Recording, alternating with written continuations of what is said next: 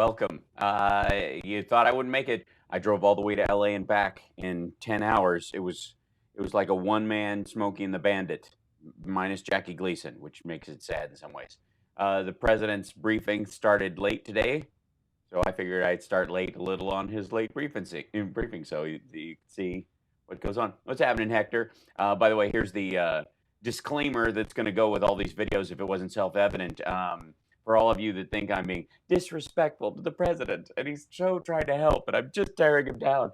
I have respect for the American people, our democracy, and the office of the presidency. This clown making a reality show out of a pandemic can go pound sand, and I don't buy it. So, anyways, uh, here he is. You can always watch it unfiltered somewhere else.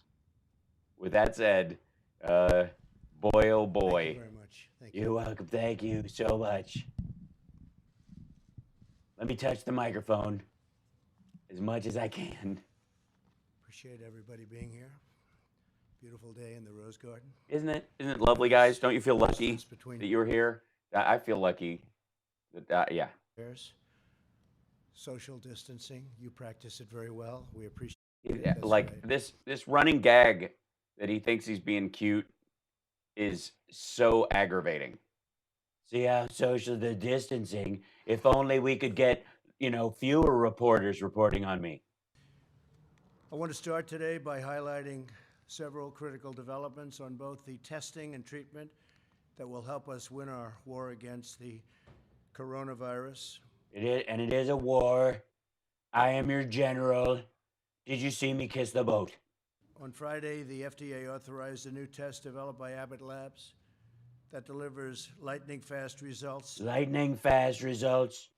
And the odds are in as little as 5 minutes. That's a whole new ball game. yeah. Average is 15 minutes, but as little as go for the best number you can think of. I want to thank Abbott Labs for the incredible work they've done. They've been working round the clock. Yeah, has everybody been working round the clock? That's your indicative that everybody's exhausted and working themselves to the bone for you? Normally, this approval process from the FDA would take 10 months and even longer, but we did it in To make sure it's safe and effective and actually valuable, but we're so screwed. 4 weeks. We had to do it in 4 weeks. Abbott has stated that they will begin delivering 50,000 tests each day starting this week. And as you know, even before this development, we've been doing more tests than any other country anywhere in the world. Yeah, well, no, not even close, especially per capita. It's one of the reasons that we have more cases than other countries. Uh, that and the Oklahoma governor and everybody in Tennessee was going out partying, and you were going, "It's a hoax. It's 5 people. It's an old lady. She's probably sick anyways, but she's gonna get better. But go party, relax, have a nice dinner. It's no big deal." Because we've been testing, it's also one of the reasons that we're just about the lowest in terms of mortality rate. Have you checked the numbers today? We've been doing more testing, so we have bigger numbers to look at. Mm-hmm. That's going to be his. He doesn't like the fact that he has to deal with the reality of it, so it's going to be I want to also thank General Semonite of the Army Corps of Engineers and General Pavlovicek, who's here with us, who's going to say a few words in a little while. Pavlovicek. These guys, I just met him in the back. What the Army Corps of Engineers did, along with FEMA in New York, was incredible. They built 2,900 beds worth of hospital. Beds worth. They built so many beds worth of hospital. Have you ever? I don't know. It's kind of like a murder of crows, or a rail of Adderall. It's a bed. It's a hospital of beds. Hospital. A bed of hospital The mobile. Javits Center, which I know well. And I just want to say that was unreal. They did it in less than 4 days. People. Yeah, it's a pandemic. They didn't. I would have golfed in the middle. Never seen anything like that. Yeah, I've never seen it, and I didn't see it. It's an incredible, complex, Explain it, please. Please tell me. It's an incredible, complex, Top of the line hospital. top of the line hospital. It's a convention center filled with cots. We're in a pandemic.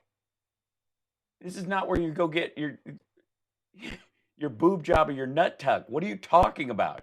Did it so quickly. Everyone's So fast, top of the line. I mean, this place, like you're going to see this on Botched next week. trying to figure out how they did it, They- We know exactly how they did it. They followed the plan. including me, and I was a good builder. They didn't build. But they did it very quickly, Mike. So we're very happy. So I want to thank Army Corps of Engineers, FEMA. Yeah, they're doing a great job. Leave them out of this. Stop taking stop taking credit.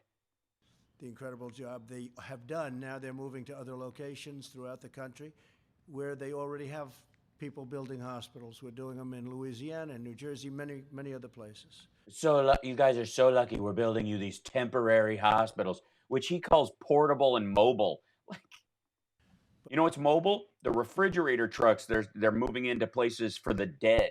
These are incredible men and women, and they worked around the clock. And Yes, we know. They're fantastic. We salute them absolutely without question. But what is this round the clock business, Mr. Fresh Orange Coat of Paint? the people of New York are very happy. They're so happy. They wish they had a pandemic more often. Governor Cuomo expressed his thanks, His thanks, his joy. He was overwhelmed. which we appreciate. But these are, I mean, Incredible nobody people. could have done a job like this. Nobody could have done a job like this. Most people have never seen anything like it. No, they've never. No, because we've never lived through a pandemic that the president let slide for 6 weeks. The deployment of rapid testing So weird. will vastly accelerate our ability to monitor, Where was I? track, contain, and ultimately defeat the virus. We will defeat the virus. It will also allow us to test doctors, nurses, and other healthcare workers immediately and enable us to act quickly and aggressively to shut down the spread. Yeah, just like South Korea is doing with their phone booth testing. That's what every country who has a functioning medical system has done 2 weeks ago. Virus so important. So important that we test because they're working round the clock, our medical people, because I told everybody it was a hoax. In critical facilities like hospitals and nursing homes. And we will ensure that we can give cities and states the best information to guide local decision makers and making. Mr. Making and more maker bots, if you have a 3D printer, please help. By the way, I'm inspiring as I read. I want to point out that the hydroxychloroquine is being administered to 1,100 patients, people. Patients and people. Oh, some people call them patients. I call them people. I have no patience for people. New York, along with the Z-Pak, which is azithromycin. Myosin. And it's very early yet. It's only Please, please repeat Remdesivir. His pronunciation of Remdesivir. Remdesivir. it started 2 days ago. But we will see what happens. Yeah, we will. Thanks Stephen Hahn, Who's down there? He's got a crowbar and a funnel, and he's shoving this drug down their throats doctor, just to make sure. Thank you, Liberty B. left one of the best jobs in our country running an incredible hospital in Texas. And he's the head of the FDA, and Stephen got approval for that so fast. Let's see how it works. We'll see how it works. We don't know. Could be. May not. It may not, but hey, they're not testing it on my kids. We may have some incredible results. We're going to. I'm basically America. Welcome to being my guinea pig. By the time the disease works its way up the chain to me and my family, we'll know who gets killed by what. Soon. So it's tested. It's being tested. Basically, we're doing forced guinea pigging. 1,100 people in New York. The FDA is also allowing the emergency use of a blood-related therapy called convalescent plasma as an experimental treatment for seriously ill patients. This treatment involves taking Yeah, we know we're all a week ahead of you, dude. This was all people have been talking about this for a week. blood plasma from patients who have already recovered from the virus. So they're recovered, They're strong, they're good people, they're Americans, not like these weak dead people. strong, something. What, what was the fisting? They did it, and yes, I wrote on the paper I'm supposed to make the fisting gesture. Is that right, Stephen Miller? Stand up and turn around. I can't see your face when you're bent over like that. Was good in them that worked. Good in them that worked? Is that on the paper? And so we take the plasma from those people Oh, do you? that have recovered so well, meaning their plasma is rich in. The plasma? Ew. Ew. Ew. Now it's plasma. Ew. Well, pardon me, mate. I'm going into the drawing room to play the grand piano. Ew. Would anyone like any more plasma? Or shall we just retire to have a smoke? Oh, it's plasma. Bodies against the virus and transfusing it into six patients very, very, very powerfully. So sick patients or six? Six or six? 666 patients. Anybody with the mark of the beast gets the cure. patients will be transfused with the. Explain it. Oh, God, please. Please tell us how it works. Please explain to me. The blood taken to boost their immune system. We'll see what happens. And we'll see what happens. We don't know. We're basically, you are my guinea pigs, America. That's right. You are the white rats, and getting the placebo. Having some early results that are good, but we will see, and that's going, I think, very rapidly. Again, we got approvals in really very quick time. Yeah, it's your FDA, dude. We're in a pandemic. This is what you're supposed to do. Normally, they don't do this kind of thing, but when they're fighting, it's funny. If you look at a chart, most of the time, firemen are eating, talking, and sleeping. Normally, they're not even fighting a fire, statistically speaking. Then all of a sudden, when there's a fire, these guys are out of bed and in their gear and out the door in seconds. Normally, it takes them a good half hour to brush their teeth and put on their clothes. What? We're also looking at an approval for the sterilization of masks. I kept saying to myself, I'd see some of the masks are very complex. We're delivering millions, by the way, millions. But I kept saying, why aren't they able to use that mask a second, third, fourth time? Because because of bacteria, viruses, and germs. What do you? There's not even a question as to why this is. And Mike DeWine, the great governor of Ohio, called me. They have a company that is in the final process of getting approval for the sterilization of masks. And in some cases, depending on the mask, some of these masks are very Tell me, what do they vary? strong. Oh, good. They're strong. They're good masks. You can't even see. I looked at them. I didn't see a single germ. Powerful, very strong They're material. powerful, strong. I would fist any of them. They're able to sterilize What are they? the mask up to 20 times. So that's, I guess, like getting 20 masks. Or I guess technically it would be like getting it 21, since you would use it once and then sterilize it 20 times. Maybe if you had thought ahead about this kind of thing when you'd been gamed on the potential for a pandemic and you had a pandemic response team when you came into office, if you'd have thought about this and gone, wow, I don't want something like that to happen on my watch. We better be extra prepared. The problem with PPE is people use it once and throw it away. Gee whiz, what if we came up with hey, are there any people in states, I don't know, states I would need for reelection that have a factory or a business that might. And And so we worked on that. As soon as I heard from Mike today, I got involved, and the FDA is now involved, and we're trying to get a fast approval for the sterilization of masks. And whether it works or not, I want fast approval. You know why it takes time, right? You know why these processes take a while? To see if they work. Be a tremendous difference. Would be really helpful. Yeah, it would. Yeah, if it had been done a year ago. Well, much of the research has to be done. We have a lot of research left to do, obviously. This Clearly, I got to get back to the lab right now. Me and Doc Brown are working on something to go back before the virus started and electrocute it with 1.21 gigawatts. Gary Busey's going to play the part of Doc Brown this time. Hey, you voted me off the show, but fantastic, man. I'm voting for you for emperor. treatment on plasma. Plasma. Ew. Ew. A treatment for plasma. Ew. I could shoot someone on Fifth Avenue and go into the plasma and have a spot of tea and not lose a single vote. Oh, plasma now. Don't we have plasma? Ew. Has shown promising results in other countries. But we don't, like other countries, foreigners.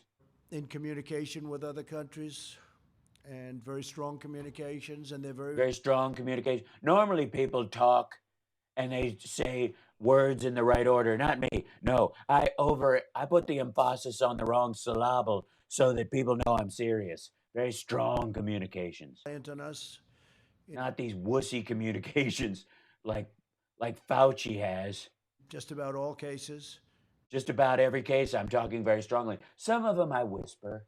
We have the greatest people in the world. They're very, very anxious to find out how we're doing on our different things, whether it's Are they?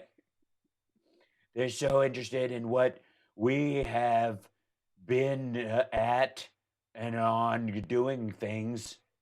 For they called up the other day and said, "Hey, what's the rumpus?" pure or whether it's really anything having to do with getting people better. We have Yeah, everybody is calling every other country asking them about treatments and how people. You know who's getting a lot of calls right now? The Italians, because a 101-year-old guy walked out of the hospital on Thursday.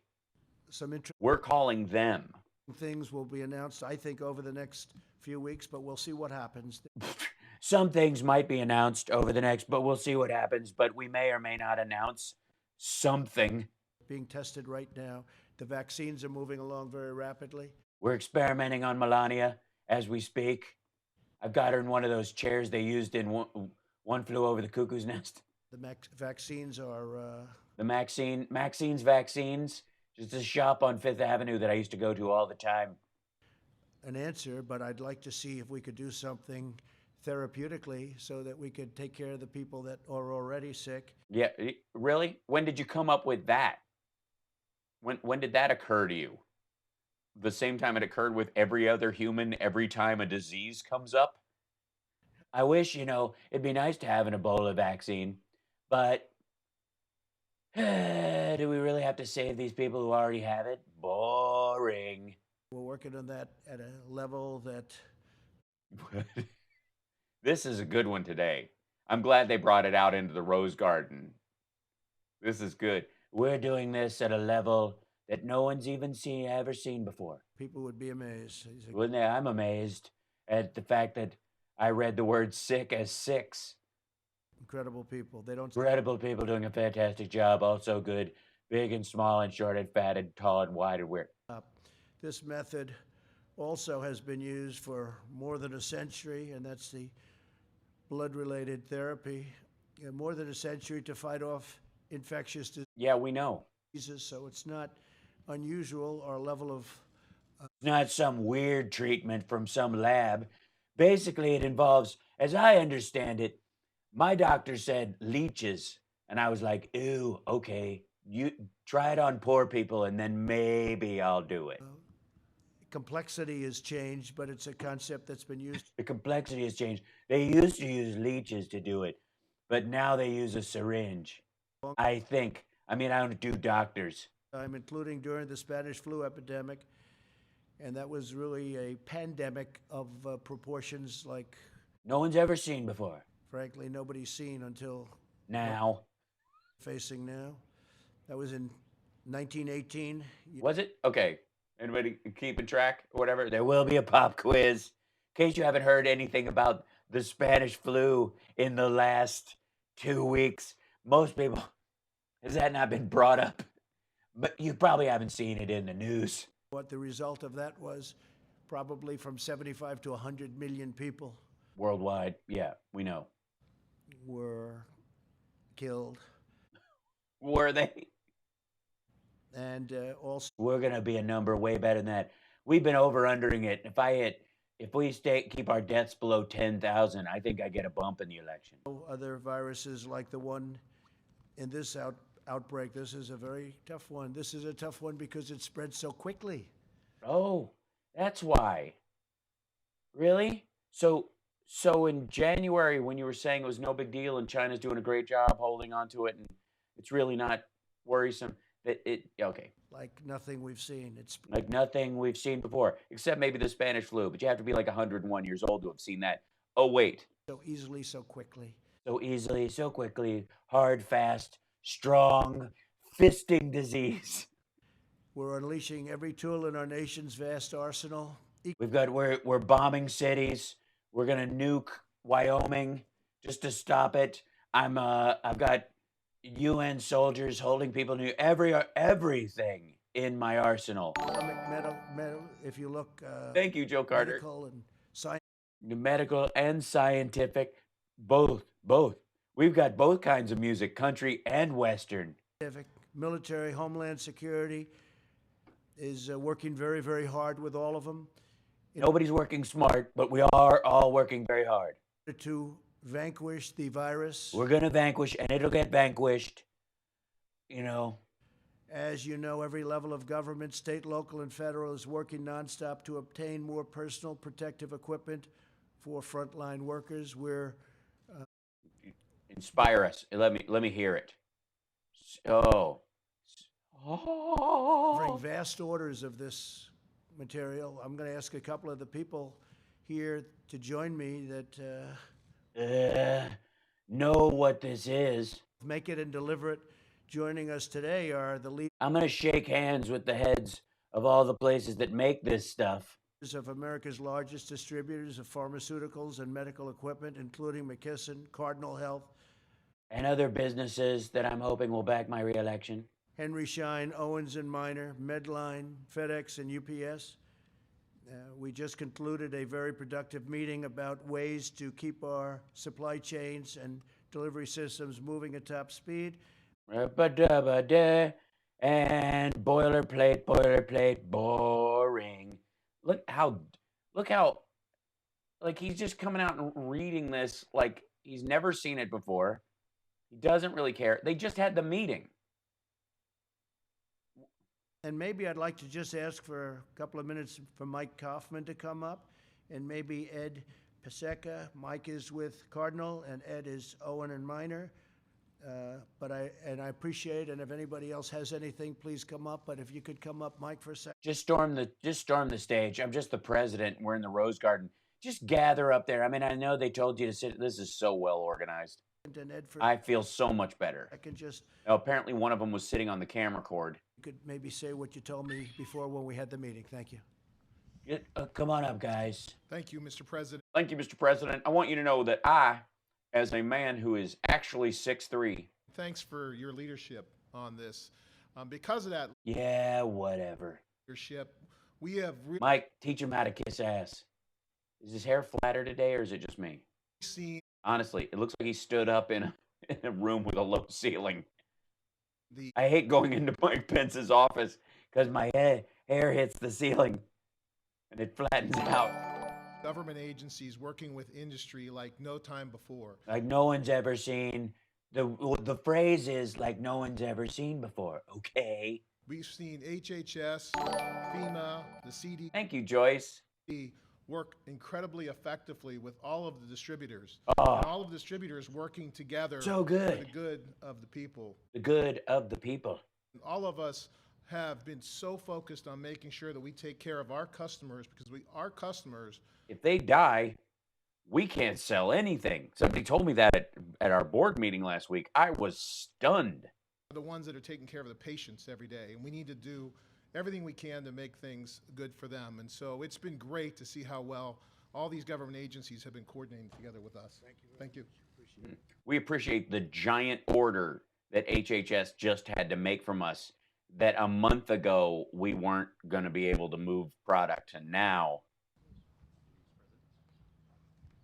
Is that it, or is all you're going to? Thank you, Mr. President. Let me first start by thanking the administration for all the support you have provided to the industry. Because if I don't, a giant hammer will land on me. I was instructed of that during the meeting. You know, one of the things we did hear the challenge, and starting in January, we've ramped up our production in the Americas. Wait, what? Why would you start ramping up production for a hoax that the president said would go away? What kind of what? Including our facility in North Carolina, where we are now manufacturing an additional 40 to 50 million masks per month. Why would you produce an extra 40 to 50 million masks starting in January for something that was going to go away very quickly and pop? To get into the U.S. healthcare system. Someone on that stage took this more seriously than the president did, and he's flexing right in front of him. And we talked a little bit about this in the pre-meeting. One of the issues we're struggling with is the demand increase. You know, used an anecdotal example of one hospital in New York that traditionally uses roughly 10 to 20,000 masks a week are now using 200 to 300,000 masks a week. So you multiply that times the entire U.S., let alone the same demand outside of the U.S. Yeah, that's why you started ramping up production in January, apparently. Even though the president didn't even ask for it. That's part of the issue we're running into, is even with a significant ramp up in supply, you know, there's still that demand that is much greater than that supply. So basically, we're selling everything we made. So we ramped up production, and he's basically, this is a stockholders meeting as far as he's concerned. And by the way, I don't fault these guys; they're doing their job.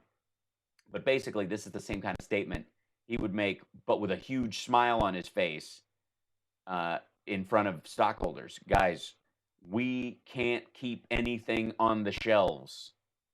Thank you. Very much. Thank you for driving our stock price through the roof starting in August. And I bring that up because when we I brought those guys up because they make stuff and I pretend to make stuff.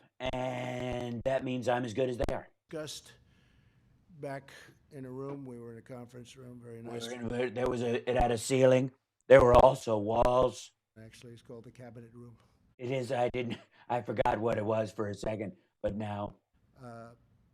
That statement was made that they've been delivering for years 10 to 20,000 masks. And then all of a sudden, we have a pandemic and demand goes up. Who would have thought it?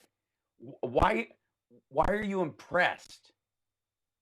Okay, it's a New York hospital, it's packed all the time. How do you go from 10 to 20 to 300,000? By having a stockpile and a pandemic team that would have told you in maybe November that there are a couple of problematic coronaviruses on the horizon and we are understaffed. 10 to 20,000 masks to 300,000, even though this is different. Something Yeah. Why would you, even though? going on.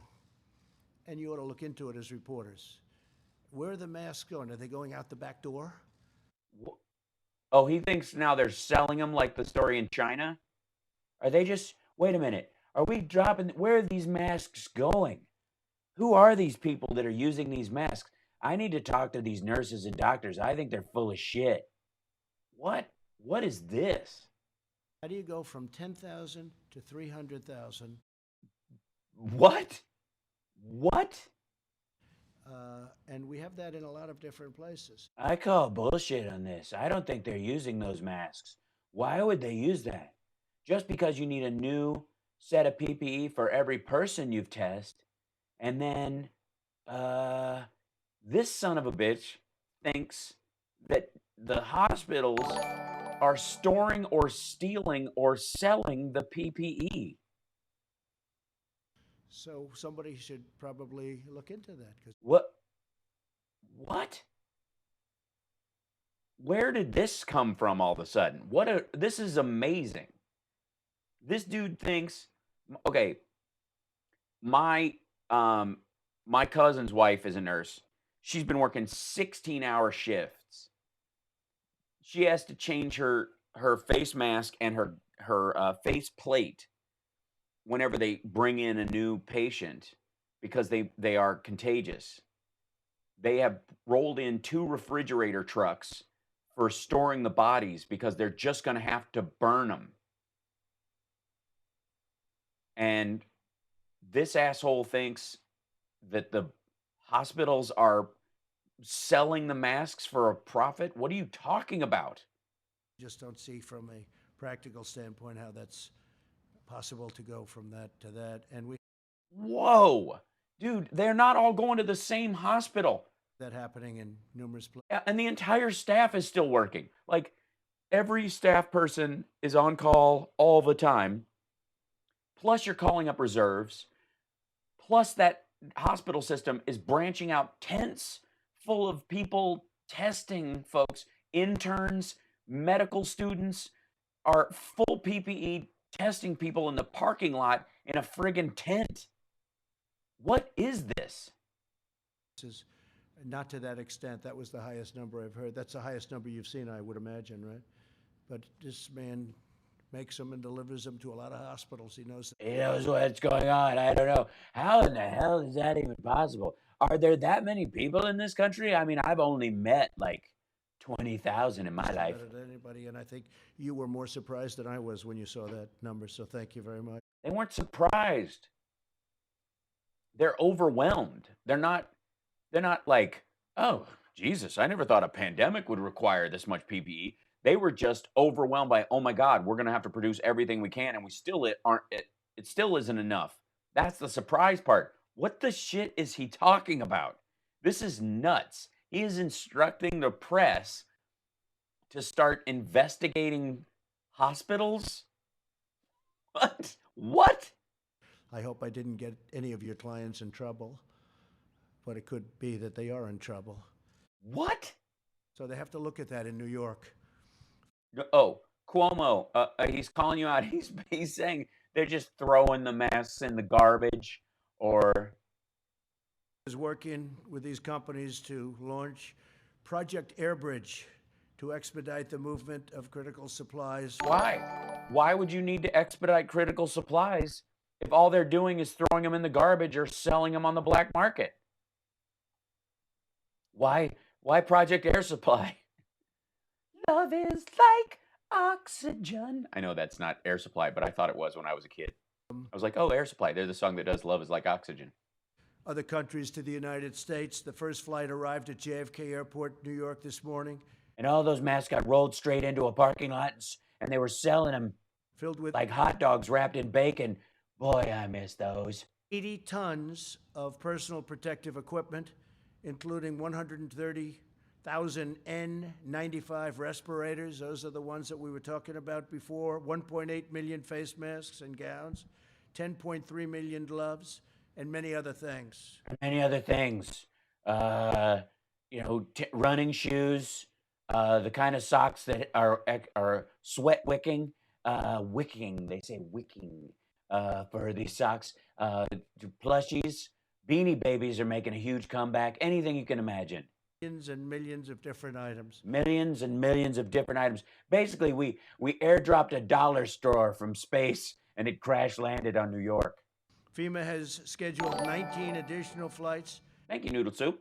and is adding more daily. We hope to have about 50 flights. We're going to have, I think, including the one that came in today, we're at 51 flights with these massive planes from the different companies that we. Why?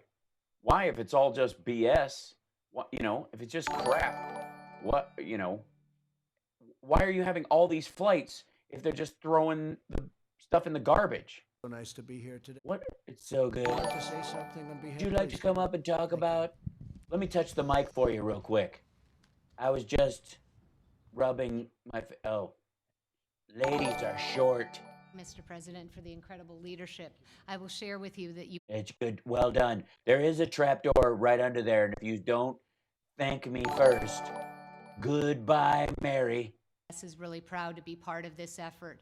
Vice President Pence and I had the opportunity to speak before, and the way we're going to win this war is with great logistics, and UPS is going to be part of that effort. We have a big brown army, 495,000 UPS. Wait a minute. I didn't send 2 giant white ships so that we could be swamped by a big brown army. Did we not close the border, Mike? Big brown army. What do I have ice for? When did the brig... the country that are ready to deliver. We're bringing in the supplies from anywhere around the world as fast as we can so that they can serve the communities that need them most. We're proud to be partnering with the states as well, because we know that in partnership with those states, we can deliver what is needed everywhere. So thank you, Mr. President. Thank you very much. Great Thank job you. you're doing. Thank you. Now I'm going to walk away and stay 6 feet away from you. Who's next? I'm waiting. Are you going to... Go ahead, say something. Thank you, Mr. President. Hanover. I would Hello, Mr. President. certainly like to echo my colleague's comments. Is he practicing? I have to say, the way the stage is set up and there's nobody behind him, does he have it? Because this is the most I've seen them social distance from him, and it's a solid 6 feet. Nobody's standing on stage. Everybody's coming up, and he's stepping back to that corner every single time. Am I the only one noticing that? The collaboration amongst many of the government agencies and the private market, the distribution. Dude, lift. He doesn't want to touch the microphone, and it's pointed right at his tie, and you can't hear him. Represented here today has been Thank you, Lotus Flower. I appreciate that. incredible. Yeah, and by the way, thanks for the to the new subscribers who've come on and the subscribers who've been with me from the very beginning. I adore you guys, and I appreciate it. And thank you for the Patreon support. It's nice to see it growing. Our goal is 500. If you can help out, awesome. And we'll be, thanks to the UPS and USPS being back online fully, we'll start to be able to send out perks again.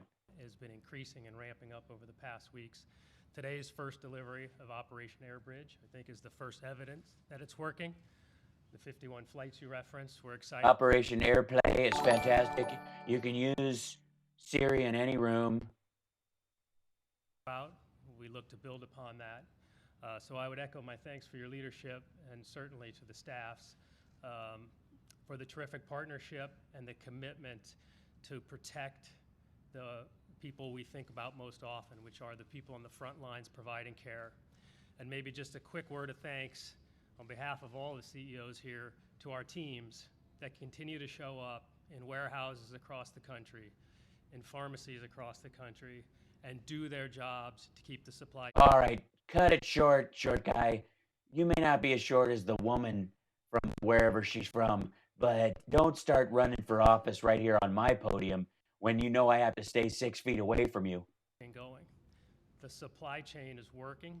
Or is it by order of the White House physician or the Secret Service that since they don't have enough tests and they haven't tested everybody here who's coming up on stage, they have to keep 6 feet away from him? So they're telling him, Mr. President, we need you to stand 6 feet back so you don't get it. Al, could you turn up the volume off the speakers? I can't because the mic is pointed at his tie. That's why you can't hear him. It's super weird. It's resilient. Supply is a challenge. See if I can bring it up a little Tackling here. that. Thank you very much. Great job. Great job. So good. Thank you. Thank you, Mr. President, for staying over there. Mr. President, and thanks to FEMA He's wearing his heels today. You can tell he's leaning forward. and HHS.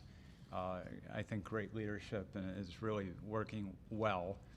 The demand He's not touching the mic either. has skyrocketed, and we're doing a lot of things to bring in more masks, more other protective apparel.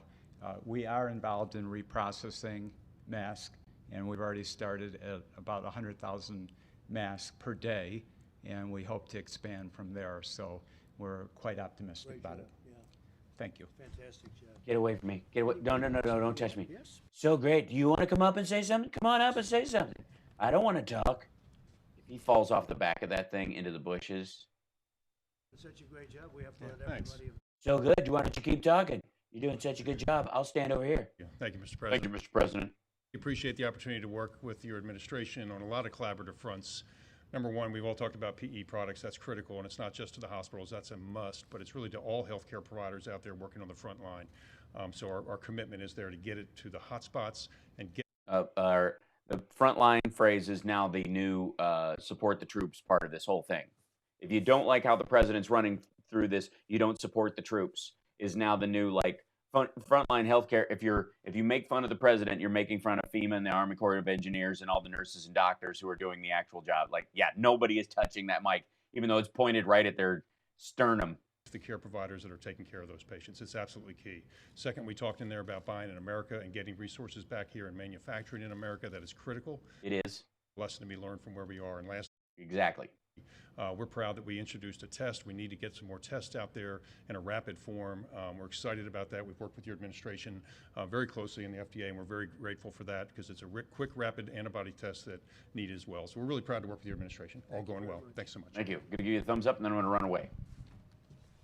Does anybody have... Oh, there he goes. We're grabbing right for it. This thing's pointed right at their nipples. So thank you all very much and for the great job you're doing. It's really incredible, frankly. Fantastic job. Also incredible. And you're doing wonderful. Many of the states are Yeah, they know what they're doing. locked up. Some of them don't admit it, but they have. We have sent just so much, so many things to them, and We sent so much stuff. ventilators. You know, there's a question as to hoarding of ventilators. Some hospitals and independent hospitals, and some hospital chains, as we call them, they are holding ventilators. They don't want to let them up. We need them for certain areas where there's big problems. Why would they give up their ventilators if they're going to have a run? No. No, that's your fault, not theirs. Why would a hospital in Iowa or Idaho or Illinois or anybody like that give you their ventilators when they know from the projections they're going to run out? What? So now it's not his fault. It's hospitals are selling PPE like what, to costume shops for the rush on frontline nurse costume. They just cut the blood out and that's the costume for Halloween this year. And then they're hoarding ventilators. Nobody's hoarding ventilators. Nobody has enough. Why don't they just walk over those coma patients and just yank them right out? Those people aren't coming back. Can't hold them if they think there might be a problem weeks down the road. So we've delivered a lot, and this group has been really fantastic. We want to thank you, and UPS and FedEx in particular. You've gone absolutely out of your way, so we appreciate everything you've done and delivered. The federal government continues to mobilize every resource to make sure our frontline doctors and nurses have the equipment needed to save American lives. Yesterday, I visited Naval Station Norfolk. Norfolk. And I also got plasma at Norfolk. The USNS. I really basically am Kennedy. If you think about it, I'm the new Kennedy. Just saying. Oops, hold on. I switched pages. Stop it. Go to this one, silly. This page. Look, we're all trying very hard. Zoom back in. There we go. Departed for New York 3 weeks ahead of schedule, fully loaded with 12 operating rooms, 1,000 hospital beds, and oh my God, he read this yesterday. Of the best doctors, nurses, and medical professionals anywhere in the United States Navy, anywhere, frankly, in the United States. What does that mean? Now the Navy doctors are competing with Cedars-Sinai? So yeah, eat shit, Sloan Kettering. They got St. Jude's got nothing. It was an incredible thing to see. Most of you saw that on television as it was leaving. It left literally 3 weeks early. It was under maintenance. And they had the engine disassembled to fix it. You said, how fast can you put the engine back together and get it back out in the water? It took them 4 days to put stuff back. They didn't finish. They didn't finish. They got the maintenance done. No, they didn't. very quickly. They aborted the maintenance and rebuilt what they had taken apart to do maintenance. And then they got back out in the water. Round the clock, as many of the people have. Yeah, they're working way too hard because they're playing catch up because you didn't take this seriously for 2 months. And it was a great sight. And arguably still aren't. Additionally, two of the country's largest health insurers, Humana and Cigna, are announcing that they will waive copays, which is a big deal for anybody that understands insurance. They don't waive copays too easily, but we've asked them to do it, and they've done it.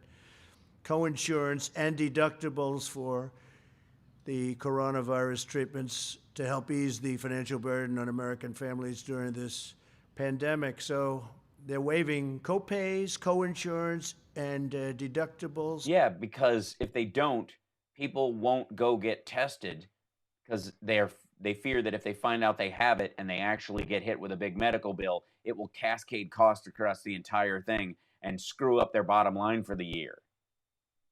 It's an infectious disease. I don't think anyone's heard of that one. Have you heard of that one before? I haven't. Yes. Companies and healthcare providers suspend all kinds of stuff. Dude, we built tuberculosis sanatoriums. I want to thank. I've never heard anything like this. I don't read. Great companies. Today I spoke with Wolfgang Puck. Wolfgang Puck. Wolfgang Puck. He's, for those of you that have never had foie gras, what they do is they take a goose and they shove so much food down its neck to fatten up its liver that its belly explodes and the goose dies. But the foie gras tastes so much richer than regular liver pate, which is really for poor people. And a great restaurateur, as you know, as is Jean-Georges and Thomas Keller and Daniel Ballou. Hullabaloo, as I call him. Most of you know him as the bear in the Jungle Book. And other leaders in the restaurant business, which has been probably one of the hardest hit industries. Yeah, we know. Directed my staff to use any and all authority available to give restaurants, bars, clubs incentives to stay open. You're going to lose all these restaurants, and they're not going to make it back. They have to get going. Yeah, we know. That's why it's in the Democratic bill. So what I'm doing is I'm going to tell Secretary Mnuchin and also our great Secretary of Labor, who you know whatever his name is, well, to you know very well, but I can't remember his name right now. Who's Labor again? Everybody's acting. I don't know who I fired. I don't know, some coffee boy who's probably a Democrat. Immediately start looking into the restoring of the deductibility of meals and entertainment costs for corporations. That set the restaurant business back a lot. A lot. It was done originally and then a lot done not so long ago. And we're going to go to deductibility so that companies can send people to restaurants. I think it'll have a tremendous impact and maybe keep them open. I mean, don't forget, some are closing right now, despite the fact that they could be open in the not too distant future, and we expect that. But there are some that aren't going to be able to get open. Yeah. And we want to make sure they do. So we're going to look at the restoring the deductibility of meals and entertainment costs for corporations so that corporations can send people to restaurants and take corporate entertainment expenses being federally deductible again. Deduction on it like they did in the old days. Like they did in the old days, back in frontier times, when you could send somebody, when somebody at the McGurgle Textile Corporation could send somebody down to the saloon for a real man's drink to finish that deal with the engines, you know, back in the old days. Restaurants were doing really well. The financial relief bill I signed on Friday provided historic relief for American Thank you, Liberty B. workers and small businesses. It includes $350 billion in job restoration and retention. So I'm retaining water right now. you look at job retention loans for small businesses, that's a big deal with loan forgiveness available for businesses that continue paying the workers. So it's Yeah, that was something the Democrats put in and the Republicans hated, but they got it right. $150 billion. job retention loans for small businesses with loan forgiveness available for businesses You just read that part. You just went back to the sentence before and you reread the same thing. that continue paying You really think about it. 6 or 6. We're trying 6 people. workers. I mean, how about that? How about that? The part that I read twice. $300 billion in direct cash payments are being sent to every American citizen earning less than $99,000 per year, We know. $3,400 for the typical family of 4. So there'll be Typical. You guys have to have 2.3 kids and half a dog. That's typical. a check, If you don't have a garage, no check. That's typical. $3,400 You park on the street, forget it. for the typical family of 4. If you're typical, you know what I mean? If you see 6 movies a year, have a decent cable package, if your yard is more than 20 square feet, typical. $250 Typical. billion in expanded unemployment benefits under I was reading shit from Wednesday. the plan. The average worker who has lost his or her job will receive 100% of their salary for up to 4 full months. I think we should, you know what would be good is somebody should pass a law or sue to make whatever he says from the podium legally binding. So every time he says each of us will make 100% of our expected salary for 4 months, every time he says it, it's not the same thing. It counts as another layer. So right now, if I'm keeping count, we would all be making 1,000% of what we 100 times more The than bill what we'd make in a year. provides for these unemployment checks to be delivered through the existing state unemployment systems, not a Not a state. state, not us. Stop calling me. And I was opposed to this method because many of the states have very antiquated computer systems that are 45 years old, and they're not prepared to handle this kind of distribution. Gee, wait a minute. What states would be unable to handle this? Would it be the big blue states with lots of people and that pay most of the taxes in the country, like New York and California and Washington and Illinois and Texas? Which states would it be that have antiquated systems and don't care about unemployment? I'm racking my brain. Can you guys think of any? This kind of money coming in so quickly. They're not set up for that. And Yeah, you're right, because he wants his name on the check. I didn't want to do it, but I didn't want to do it, but it's getting done and it's going to do it. opponents wanted it. So we did it. And if they don't get their money fast, I'm going to Blame them. ask that we convene the federal government, that we come back to Congress, and we'll do something where we take care of it, because we can take care of it very easily and quickly. And I said that. Faster. You know, right about the time that I was saying that in a very short period of time, you'd have a brand new healthcare system from the Republican system that's cheaper and better and faster and stronger and bionic. But a lot of these systems are so old and so antiquated at the state level. You remember back in the old days, they used to have the sheriff write it down. That they're going to have the money, they're going to get the money very quickly, but they're not going to be able to distribute it. So remember what I said, and we will. You remember what I said? South Carolina and Montana and Tennessee and Alabama and Louisiana. We have to call Congress back or find some other way of delivery of the money throughout. Because the red states hate people on unemployment, have fought against people having unemployment insurance forever. And they make it as hard as possible because they think it disincentivizes people to work. So they have such a low opinion of their own citizens that they make the unemployment system incredibly shitty, and you have to ice skate uphill to get anything. And now that it's an emergency, the same system is in place. Whereas all the big blue states who have a managed unemployment system that's been functional for a long time and they don't particularly hate their citizens can get the stuff out quicker. So all the blue states are going to get their checks faster and recognize that the Democrats in Congress had a lot to do with this. And all the red states are going to go, where's my goddamn check, and blame their governor.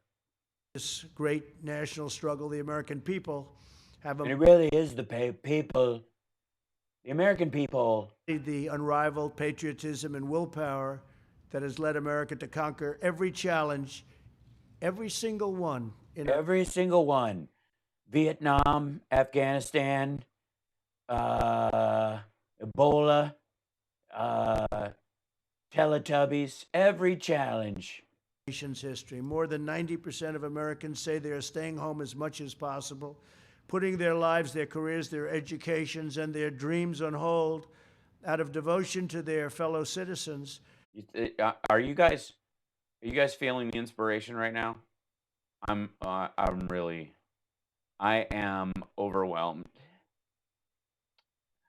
Just the flourishes of his voice. And I mean, honestly, I don't know why people even talk about Hitler having a great command of a crowd anymore. I mean, honestly, there's a new kid in town. And to their country. Their country. Fellow citizens is one thing, but social distancing. That's the way you win. These shared sacrifices are social distancing. You know, the thing I mock at the beginning of all of these things. pulling our nation together like never. I feel whelmed. I'm not overwhelmed. I'm underwhelmed. You know what? I'm just whelmed in the middle. I'm a good middling whelming. 4, family bonds are strengthening. Neighbors are looking after neighbors. It's incredible. You're seeing, everybody's seeing what's happening. You're seeing, I see, we all see for I see. Communities are rallying for the cause, and all divisions are fading away. The Americans of every background are uniting. Race, creed, color, and ethnicity are all. You can almost feel the anthem of the American spirit spiraling upward. To help our nation in this hour of need. It really is an hour of need. They misspelled need. They put N-E-E-D, not K. I don't know. 151 countries. So when we say our nation and the world, and the world, really, it's not our fault. Think of it, 150. We know. Countries. Somebody said to me today that wasn't in this particular world, they didn't know that we had that many countries. He means him. He said that out loud, and he's like, some dumbass somebody who's not in this world. Who? First of all, who are you hanging out with that isn't in the government right now? You know what I mean? Like, this dude I golf with, he runs a strip club in Miami. 151 countries, that's something.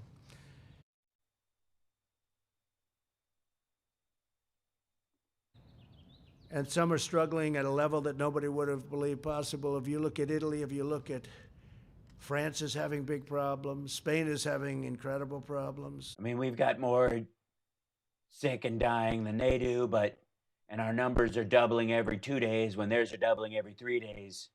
Something we did very well is when we stopped the inflow from China at a very... Yeah, after China stopped people from leaving, we stopped people from coming. Wait, what? Early level, that was... So good. Good thing to do. Good thing I was so good to do it. I mean, you could fly through any other country. To do, we would have had thousands and thousands of more deaths. And also... We will have. The inflow from Europe at a very early level, but... An early level. Those things were very important, especially the initial one, because we had never done anything like it where we closed our borders. It's been whacking material for my administration for years, but... To a country like that. The modeling put together by Dr. Birx and Dr. Fauci and our other top doctors. We have, and these people are amazing, the healthcare experts who in this country are the best in the world. They demonstrate that the mitigation measures we are putting in place may significantly reduce the number of new infections and ultimately the number of fatalities. That's what I care about, fatalities.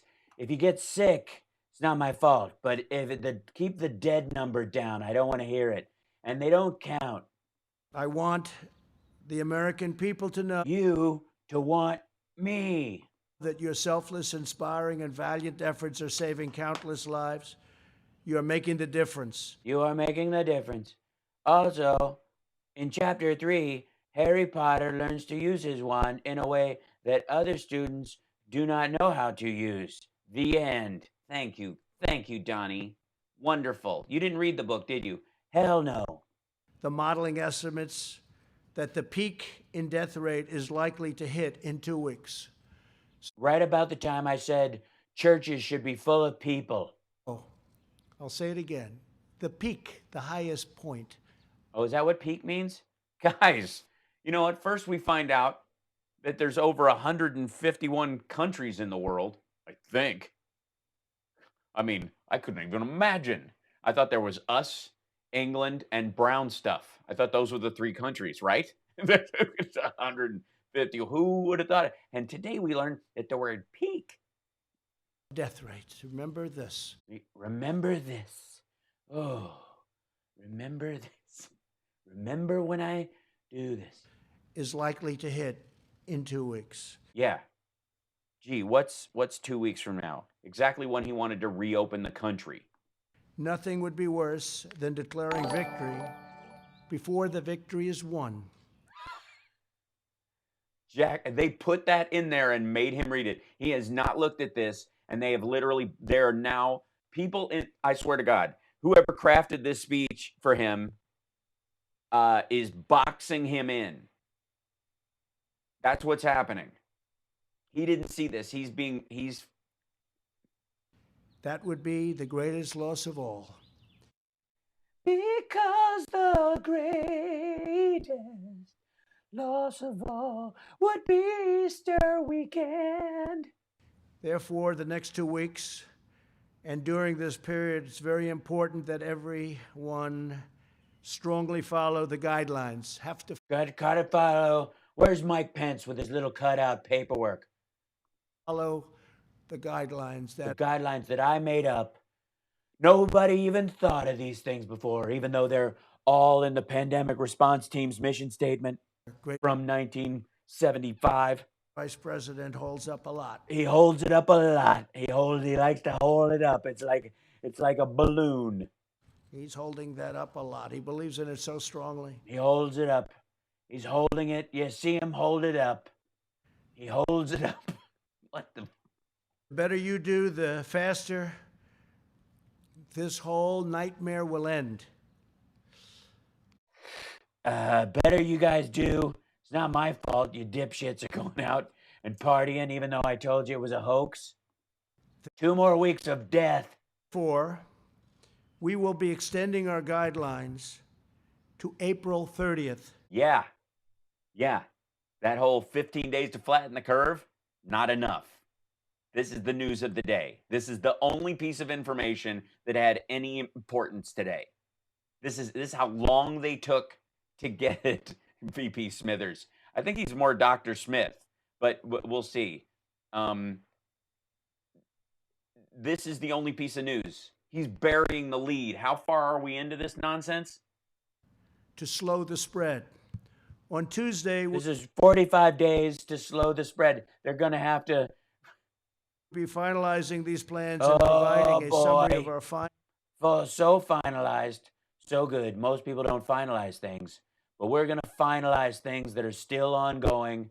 Supporting data and strategy to the American people. So we'll be having He's going to be holding that paper up for weeks and days and days and weeks and months and afternoons and evenings. lots of meetings in between. Oh, the meetings. No golf for me. We'll be having a very important statement made on Tuesday, probably Tuesday evening, Maybe, I don't know. Guys, what's the schedule again? on all of the findings, all of the data.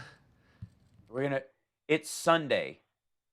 They're gonna meet again on the data Tuesday night. Because every second counts. And It's an emergency. the reasons we're doing things the way we're doing them. The way we do, what we do, when we do, who we do it, we do it.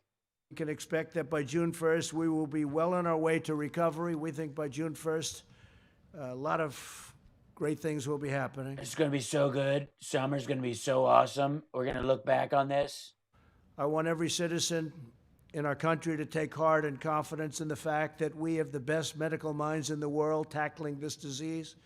We have the best science, the best researchers, And that's why I decided in this moment to, all right, best talent anywhere working. we got the best and the best of the best of the world. You're the best around. Nothing's ever gonna keep you down. You're the best. Night and day. We are gonna sweep the leg of this virus. Get him a body bag, yeah. Protect your family and loved ones. Stay home for another 30 days. Even though I said 15 days, probably shorter. It's probably gonna. I want the churches packed. Wouldn't it be a beautiful scene if it was all gone by Easter? Overcome And they put this in my friggin' speech, and now I'm stuck. this pandemic. Pandemic. With the grace of God, we are rising to the occasion. With the grace of God, we are rising to the day. We are proving that no darkness can overshadow the eternal light of American courage. This is my inspirational part. I will be so inspirational. Nobody inspires like I inspire. We will win, and when we do, we will rebound with astonishing force and speed. We will be So much force and speed. We will have so much. We're gonna force and speed the fisting of this virus. stronger than ever, and we will have learned so much. We will have learned maybe don't dismantle the pandemic response team next time. Maybe not. Maybe look ahead. Something like this can never hurt us to the extent it has, and the world. Again,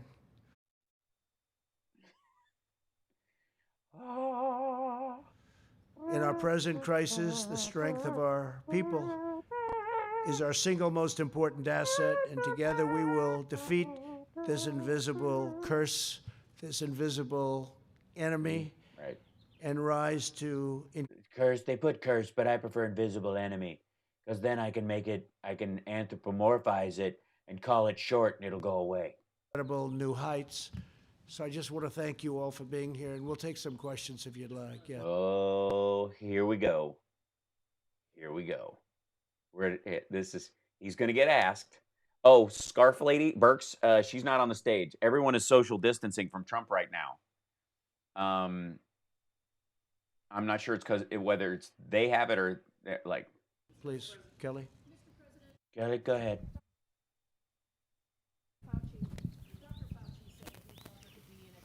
Million cases in the United States and deaths could exceed 100,000. Do you What? Who said that? accept that assessment, and has that formed your thinking about extending these guidelines? And you also talked about Yeah, that's why. Yeah, that's exactly why. A month ago, like a month to go in this, you think he doubled his 15-day thing, and then yeah. New York. Were you suggesting there has been inappropriate use of masks or improper conduct with supplies? Well, I'm saying that they're probably thieving, nasty, dirty people running those hospitals, and I don't know why a nurse would need more than one mask a day. It's gross. Want the people I've watched a lot of nurse porn, and they always wear the same outfit, and it just goes straight on the floor. I mean, if they're not going to treat the stuff right. in New York to check, Governor Cuomo, Mayor de Blasio, that when a hospital that's getting 10,000 masks goes to 300,000 masks during the same period, and that's a rapid period, I would like them to check that, because I hear stories like that all the time. You know, we're delivering millions and millions of different products, and all we do is hear that, can you get some more? But when you hear All we hear is, according to the statisticians, it's not going to be enough. and I heard that from one of the great companies of the world at doing this, They're so good. it's a client, and they're going from, you heard it, 10,000, 20,000 tops to 300,000, Yeah. Yeah. and that's a hospital They're working 24 hours a day now? When did that shit start? that's always full. So I think people should check that, because there's something going on. Something, obviously. There must be something going on. I hear the word pandemic. I don't buy it. It's not, I don't think it's hoarding. I think it's maybe worse than hoarding, but Worse than hoarding. check it out. Check it out. I don't know. I think that's for other people to figure out. I'm just going to come up here and make a baseless claim. But you don't go from numbers But you don't go from those numbers to that without something extraordinary going on. like that. Now, other equipment likewise, because we're delivering a lot of ventilators, and we're building, by the way, we're building and We're buying, not building, and and we have a lot of ventilators that we're who's we? going to be sending out very soon. We also have right now in the stockpile almost 10,000 ventilators that we have to hold in case of emergency. We don't want them going out, and then Louisiana has a tremendous problem, which I we thought we had plenty. know they do. You know, all of a sudden, Thousands and thousands and thousands. He said thousands and thousands and thousands. very quickly came. I mean, Louisiana was doing so fantastically well, then all of a sudden it was a big rash of cases. So we have to be prepared. Is there a rash now? Is that one of the symptoms? Because I've had one since '87. So is that? The ventilators are very important pieces of equipment. They're very expensive and they're very complex. It's like building a car. That's why we're using car companies. That's why I thought, oh, use the car companies because it's like a car. These are expensive, complicated, very complicated pieces of equipment. Complicated and complicated. Some of them are very complicated. So we now have 10,000 in, and we inherited a system which was broken. Just like, I'll never forget the day when a general came and said, "Sir, my first week in office, we have no ammunition." That was in the military. We've now rebuilt our military, stronger than it's ever been, and we have so much ammunition, you wouldn't believe it, how much. We have no ammunition. Ammunition we have. We have no ammunition. Sir, we'd love to shoot somebody on Fifth Avenue right now. We can't get a bullet. We just are out of bullet. We had one bullet, and we kept it in our shirt pocket, and we lost it. The same thing here. We had a doctor come, and we have no ventilators. a stockpile that was deficient. We had testing that was no good. We had a stupid pandemic response team that was bugging me all the time while I was trying to golf. testing situation that just wasn't right. It was okay for very small cases, but it was obsolete and it was broken and it was only good for a very small situation. But what I'd like to do is because we don't keep those kind of machines on stock because they're always being built up. So what you do is you get a 2 to 3 month lead time on expected cases as fast as you can. And I'd like to ask Dr. Fauci to come forward and discuss the number, because I think the number is going to be a very different number than the numbers that you talked about. Please, Dr. Fauci, let me touch the mic for you. Then I'll come up. Yeah, thank you, Mr. President. Yeah, the number I gave out is, based on modeling. And I think it's entirely conceivable that if we do not mitigate to the extent that we're trying to do, that you could reach that number. Yeah, it's possible. I mean, you could make a big soundbite about it, but the fact is it's possible. What we're trying to do is not let that happen. Right. So instead of concentrating on the upper and the lower, we're saying that we're trying to push it all the way down. But the second part of your question was, yes, we feel that the mitigation that we're doing right now is having an effect. It's very difficult to quantitate it because you have two dynamic things going on at the same time. You have the virus going up and you have the mitigation trying to push it down. But the decision to but to extend this mitigation process until the end of April, I think was a wise and prudent decision. Mm-hmm. Yeah, it was. And dicking around for a week pretending you weren't going to, just to F with the market. By the way, they're doing this on a Sunday so they can prep to push back on Monday. Like the futures market's going to eat shit tonight. Dr. Birx and I spent a considerable amount of time going over all the data, why we felt this was a best choice of us, and the president accepted it. So accepted it. He didn't like it. In direct answer to your question, the idea that we may have these many cases played a role in our decision. Yeah, they're looking at that arc. In trying to make sure. Science, data, good, yes. Glad you're there, Fauci. That we don't do something prematurely and pull back when we should be pushing. Do that stupid shit that the president insisted on. I'm leaving. Deborah, you want to come up here and tell him what a great job I'm doing? Come on, you bought a new scarf. Come on up. What's he? He's telling her what to say. Push back on that Fauci bullshit. So thank you. I mean, you all know you've all seen the models. You've seen the models from Imperial. You've seen the models from Columbia. We've reviewed 12 different models. And the one thing you need to remember is I'm not touching the mic. And the president is staying away from everyone. And we have extended this for a month. And a lot can happen in a month from somebody who...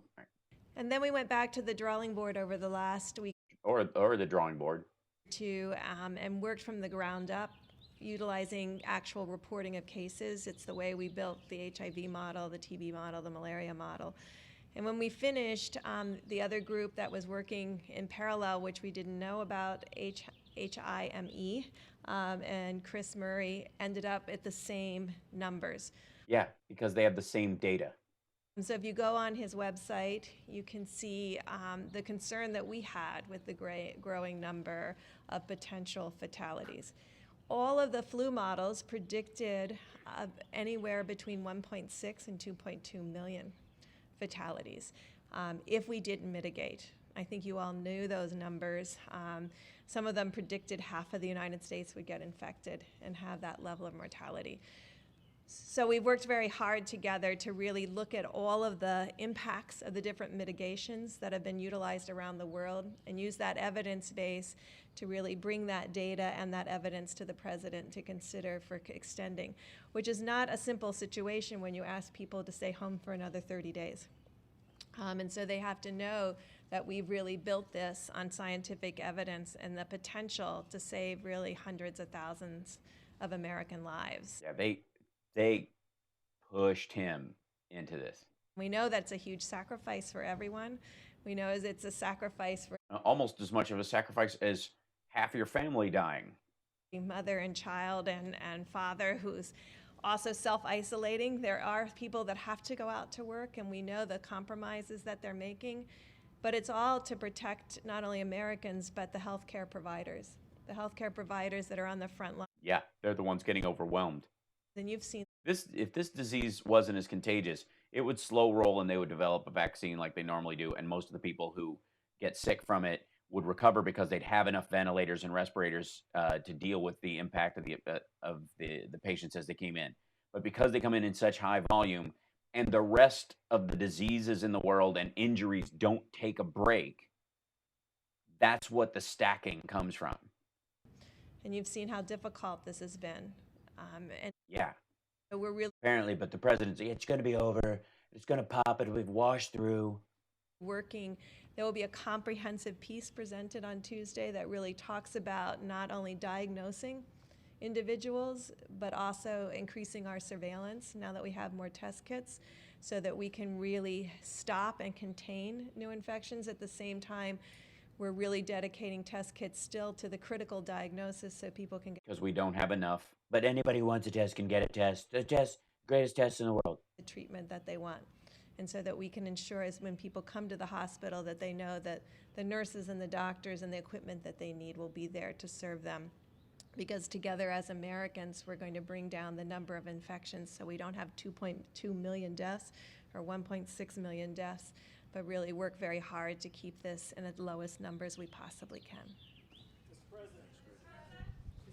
This is, by the way, like I said, this is way down in this gathering. They did a lot of like back padding and stuff to launch this fact that we're all on lockdown for the next month, kids. So, congratulations on another on 30 days of me being on your internet,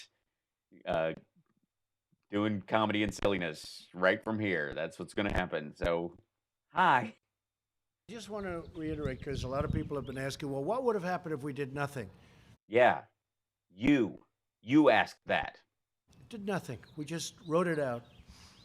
And I've been asking that question to Tony and Deborah, and they've been talking to me about it for a long time. Other people have been asking that question. And I think we got our most accurate study today, or certainly most comprehensive. Think of the number, 2.2, potentially 2.2 million people if we did nothing. If we didn't do the distancing, if we didn't do all of the things that we're doing. Yeah, I know. They've been talking about these numbers since February. And when you hear those numbers, you start to realize that with the kind of work we went through last week with the $2.2 trillion, it no longer sounds like a lot, right? So you're talking about, when I heard the number today, first time I've heard that number, because I've been asking the same question that some people have been asking, I felt even better about what we did last week with the $2.2 trillion. Which is really 6.2 trillion, actually, and will end up being 10 trillion by the time we're done. By the way, this is going to cost $10 trillion. Get used to the idea. Half of our GDP for the year. Because you're talking about a potential of up to 2.2 billion, and some people said it could even be higher than that. See, Now he's just making up the extra numbers on top of it. Even that, because every number seems small the minute after he says it. talking about 2.2 million deaths, 2.2 million people from. Yeah, that's just the people who die from the disease. That's not also the people who don't get medical services because all the ventilators, people who've had an accident at work because they were in a car accident delivering food to people who were stuck at home. The medical workers themselves who can't get a ventilator because all the ventilators in the hospital are being used by the patients. This. Think about this. This is the worst democratic hoax I've ever seen. It's killing people. So if we could hold that down as Yeah, saying to we know. 100,000, it's a horrible number. Maybe even less, but to 100,000. So we have between 100. He's now just banking on 100,000 dead. 200,000. We all together have done a very good job, but We've done great. If only 100,000 people die from this hoax I said was going to go from 15 to nothing, and the one lady was sick and she'll probably get better, and really, we've been doing a fantastic job, I said a couple weeks ago, it's going to pop, it's going to wash through, it'll be nothing, and now we're talking about a minimum of 100,000 dead, and if we can keep it at that, I'd be happy. That'd be, New York was so happy when I called. 2.2 up to 2.2 million deaths, and maybe even beyond that. I'm feeling very good about what we did last week. Last week, you mean just the stimulus package? It just seems small because there's going to have to be at least 10 trillion by the end of the year. Yes, please, go ahead. Please, let me preside over the largest spike in food stamps, unemployment insurance, and the socialization of and nationalization of airlines and Boeing and. President, given that you're announcing that you're extending these guidelines, was floating Easter a mistake, do you think? And No. No, I did that for the Jesus freaks. I need them in November. is this? Can you tell us why? And It then was just an aspiration. We actually will be hitting. We'll be hitting the apex of death on my original target date. So, Potential. which everybody knew 3 weeks ago, but okay. This was with our meeting before. On Easter, we probably, but that could be a peak. That could be a peak period. That could be the peak, sadly to say, that could be the peak number of deaths. The peak. It could be the peak. We said, say the peak, but that could be the peak. Yeah, we knew. That's why everybody was like, dude, don't say Easter. Every model shows, look at literally, he was dealing with New York the entire time. When he first started saying the Easter date, he'd been dealing with New York, and New York had already projected that April 15th was going to be their worst day. Before it starts coming down. Let me touch my nose and then the microphone again and ask somebody to come up. No, that was aspirational. We had an aspiration of Did we? Who's we? Easter, but when Beta. We aspire that Easter will be the day when everyone gets plasma. Ooh. you hear these kind of numbers and you hear the potential travesty, we don't want to do anything where Tragedy. we don't want to have a spike up. We don't want to do it soon, and then all of a sudden you go down, you're coming down, and then you start going up again. We don't want to open the country right at the peak of death. Because we discussed that could happen. Yeah, they told you this can happen. You're like, what? What I didn't even know there was 151 countries. to 195. happen? We've got approximately. There's a couple that don't count. Too I don't count the Cayman Islands. much. So that was an aspirational number. I didn't say Easter. I said it would be a great thing if we could do it by Easter. And we know much more now than we knew 2-3 weeks ago. Yeah, but you started saying this last Tuesday. Easter should be the peak number. Yeah, right. You were suggesting as what yesterday you were suggesting that we should still open the country at what was projected to be the peak of mortality in this epidemic currently. And it should start coming down, and hopefully very substantially from that point. It should be coming down. We'll just see it Thank you. automatically, magically. If you run out of dead people, Please. please. OAN. OAN. So good. Agree with OAN. Yes. Thank you, sir. Mr. President, your approval ratings have been the highest they've ever been, as well as the ratings on your handling of the virus. Yet there are some networks that are saying they're debating whether or not to carry these briefings live. Do you think there's a link between the I carry them as live. Well, you know, they're huge ratings. I don't know if you saw what I retweeted, but this is bigger than The Bachelor. I don't know. I know that, well, that's a nice question. Thank you very much. Yeah, what a surprise, OAN. Yeah, I don't want high approval ratings for this. I wish we could have our old life back. We had the greatest economy that we've ever had. It He sounds like the guy from BP during the spill. didn't have death. We didn't have this. We didn't have this horrible scourge, Scourge. this plague. You call it whatever you want. Plague. I call it plague. Since you're going to say scourge, I'll just say plague. The virus. But Whatever, what's it called again? A virus. You call it a germ. I call it Wisconsin. we're working very hard. That's all I know. You know, I see things, I see numbers. They don't matter to me. What matters to me is that we have a victory over this thing as soon as possible. When you hear that 2.2 million people could have died if we didn't go through all of this, and now the number will be, you know, a much lower number. Hopefully, it's going to be the numbers that we're talking about. So I Hopefully 100,000 people will die. What do you mean, hopefully? appreciate It was, very much. But you know what I want is I want our life back again. I want our I don't want to talk about this shit every day. I want to go back to golfing. country back. I want the world back. I want the world to get rid of this. This again, 151 countries, And nobody even knew there were 151 countries. and we're going to do it. We're going to have a Oh, my great mic is victory. crackling. We're going to Sorry. have a great victory. Go ahead, What? please. Sorry, bud. Yeah, thanks. You mentioned it. I just want to make sure I was right. So Humana and Cigna are going to waive for costs for anybody that's got the coronavirus. They're going to take care of everything. Well, that's what they said. I told you what they're going to take. Right. I told you what I read. I read the thing. I don't remember. Pays in particular, that's a big deal.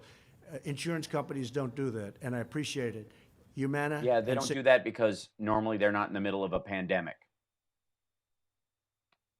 They should be getting a lot of credit for that. Will there be other companies? Or, I they're don't just know. those We're- two? Well, or- OAN is One America Network. They're basically a Trump campaign arm at this point. two are getting a lot of credit right now for it, and they should, because it's something that, it's a lot of money they're waiving. And so Not if you weigh it against the spread of the virus, and we thank them.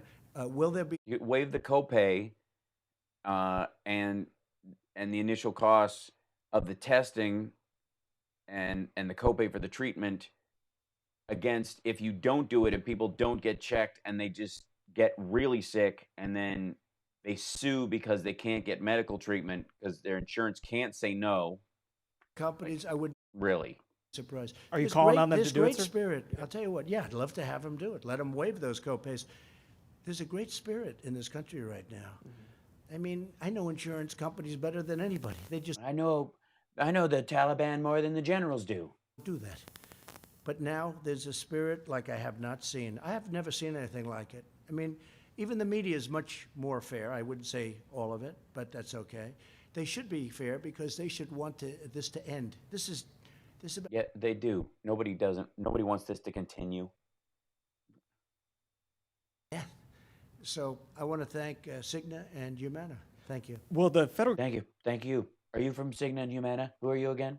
be reimbursing those insurance companies, or is this something they really are just doing out of their pocketbooks? They haven't asked for reimbursement, so I assume they're not. They said they're going to waive them. They're weighing it against the cost. It's a cost-benefit analysis.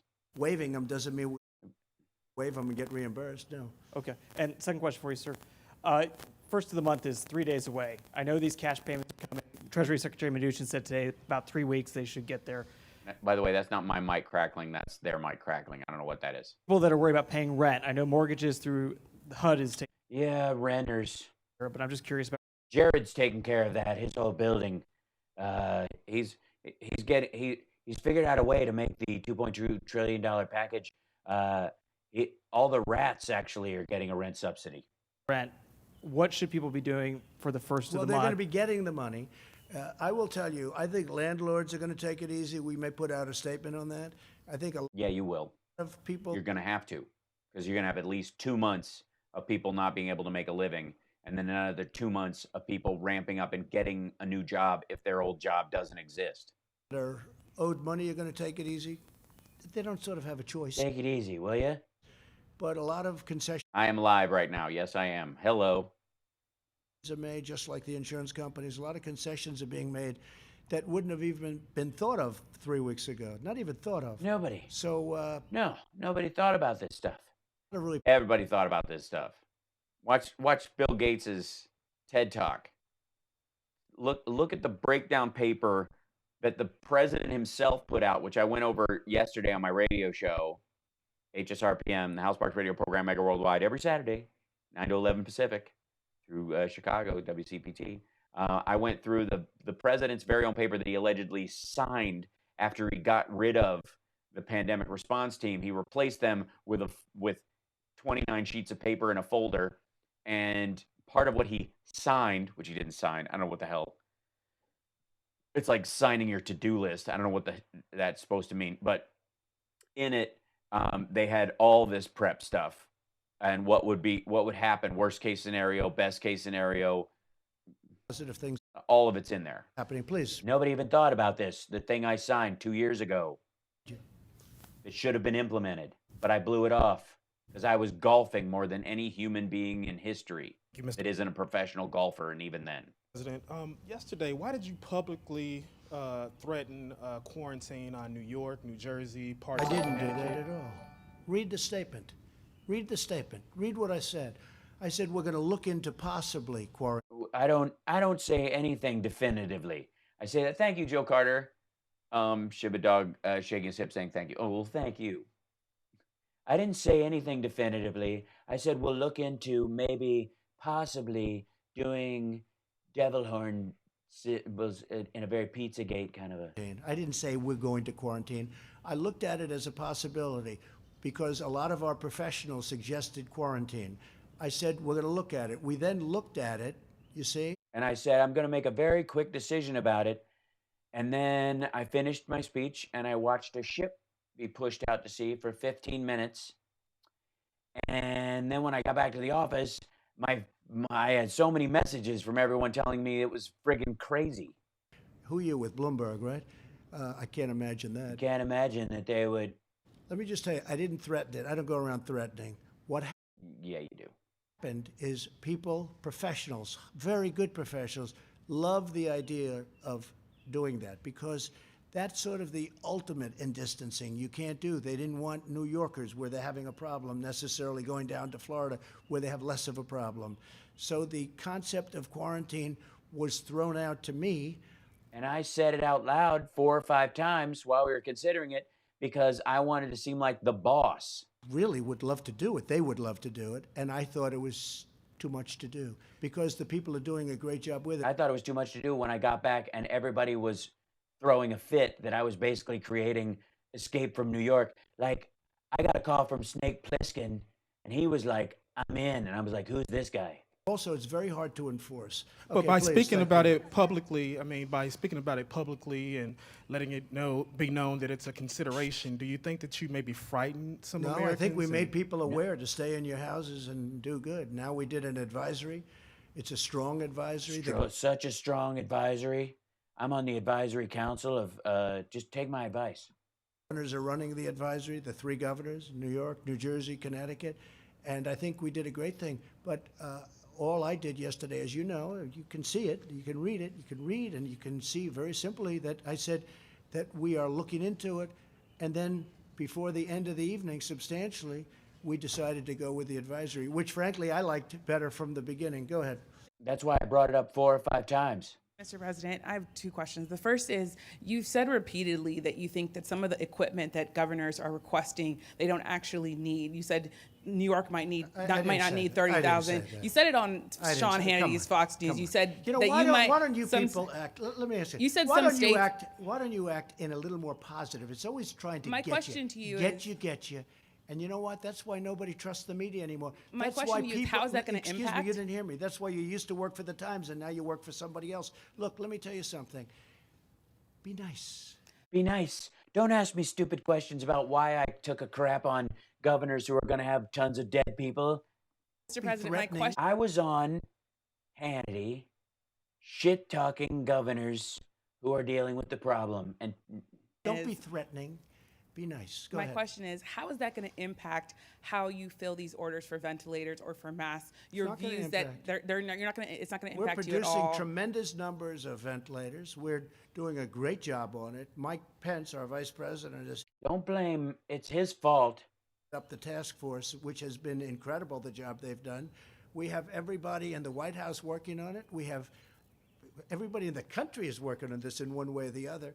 The fact is, we've done Why do you hate America if you question why I would go on Hannity and tell him that I don't think anybody needs 20,000 ventilators in a city? a great job of delivering. You've seen the Why would the governor need 30,000 ventilators in his whole state, which has more of a population than the entire Midwest? people in the business. I mean, there's nobody even close to this group of people. We had a meeting at 3 o'clock. It lasted for a long time. It was a great meeting. It was so fun. Should have seen the snacks. Beautiful, beautiful piece of chocolate cake. The generals and with everybody else, and they have done a fantastic job. I'm just saying this. If they're holding, let me give you one example. We sent thousands of generators to New York. They were put into a warehouse, a Generators or ventilators?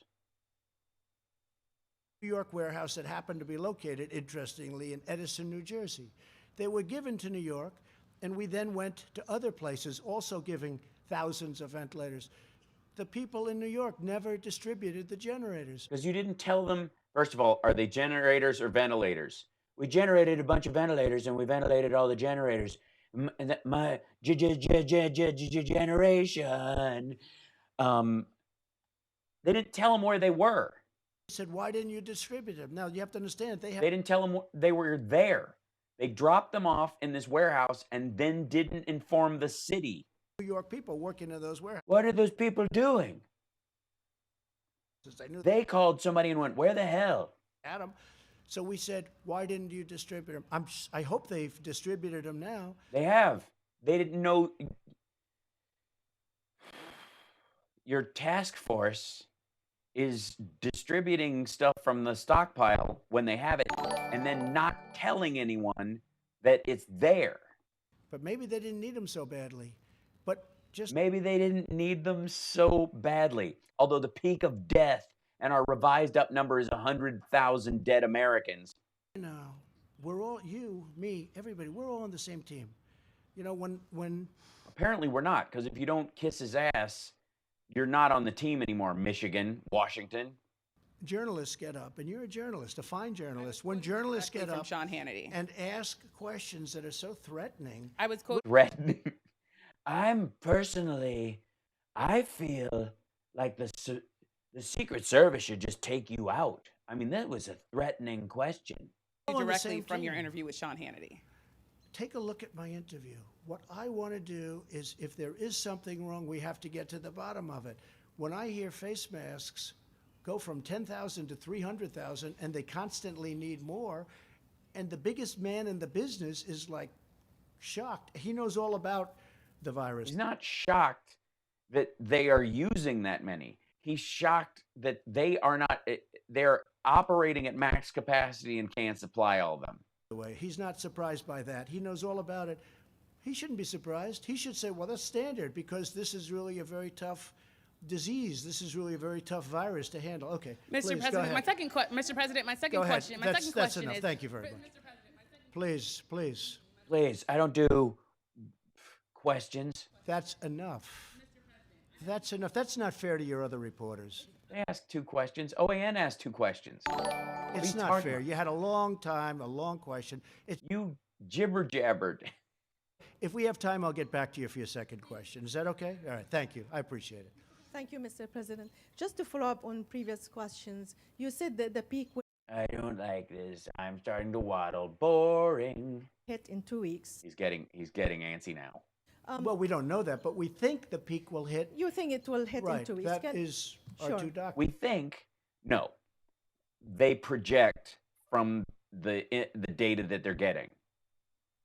Can you just share with us your understanding of how bad it will be so the American people will be I think that's a very nasty question. Why are you attacking me? Secret Service, shoot her in the neck.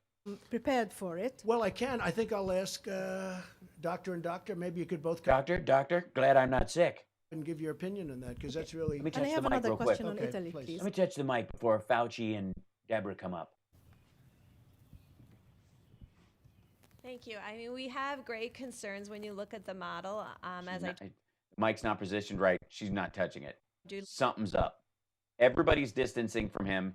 He's standing away from them. Not everybody's on stage.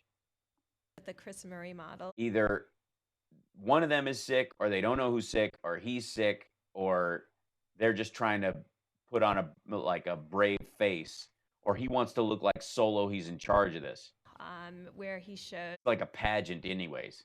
a rapid escalation, and you can see it happening with the Yeah, we've been watching it happen. people we're losing every day throughout America, and you can see it going up just like cases, and we're starting to lose people at the same rate, and we have deep concerns about that. And I think Really? we're meeting and we've had calls with the clinicians, and that has been extraordinarily helpful. I think you're watching the alerts. I mean, we have a different population than Italy or Spain. Huh. Really?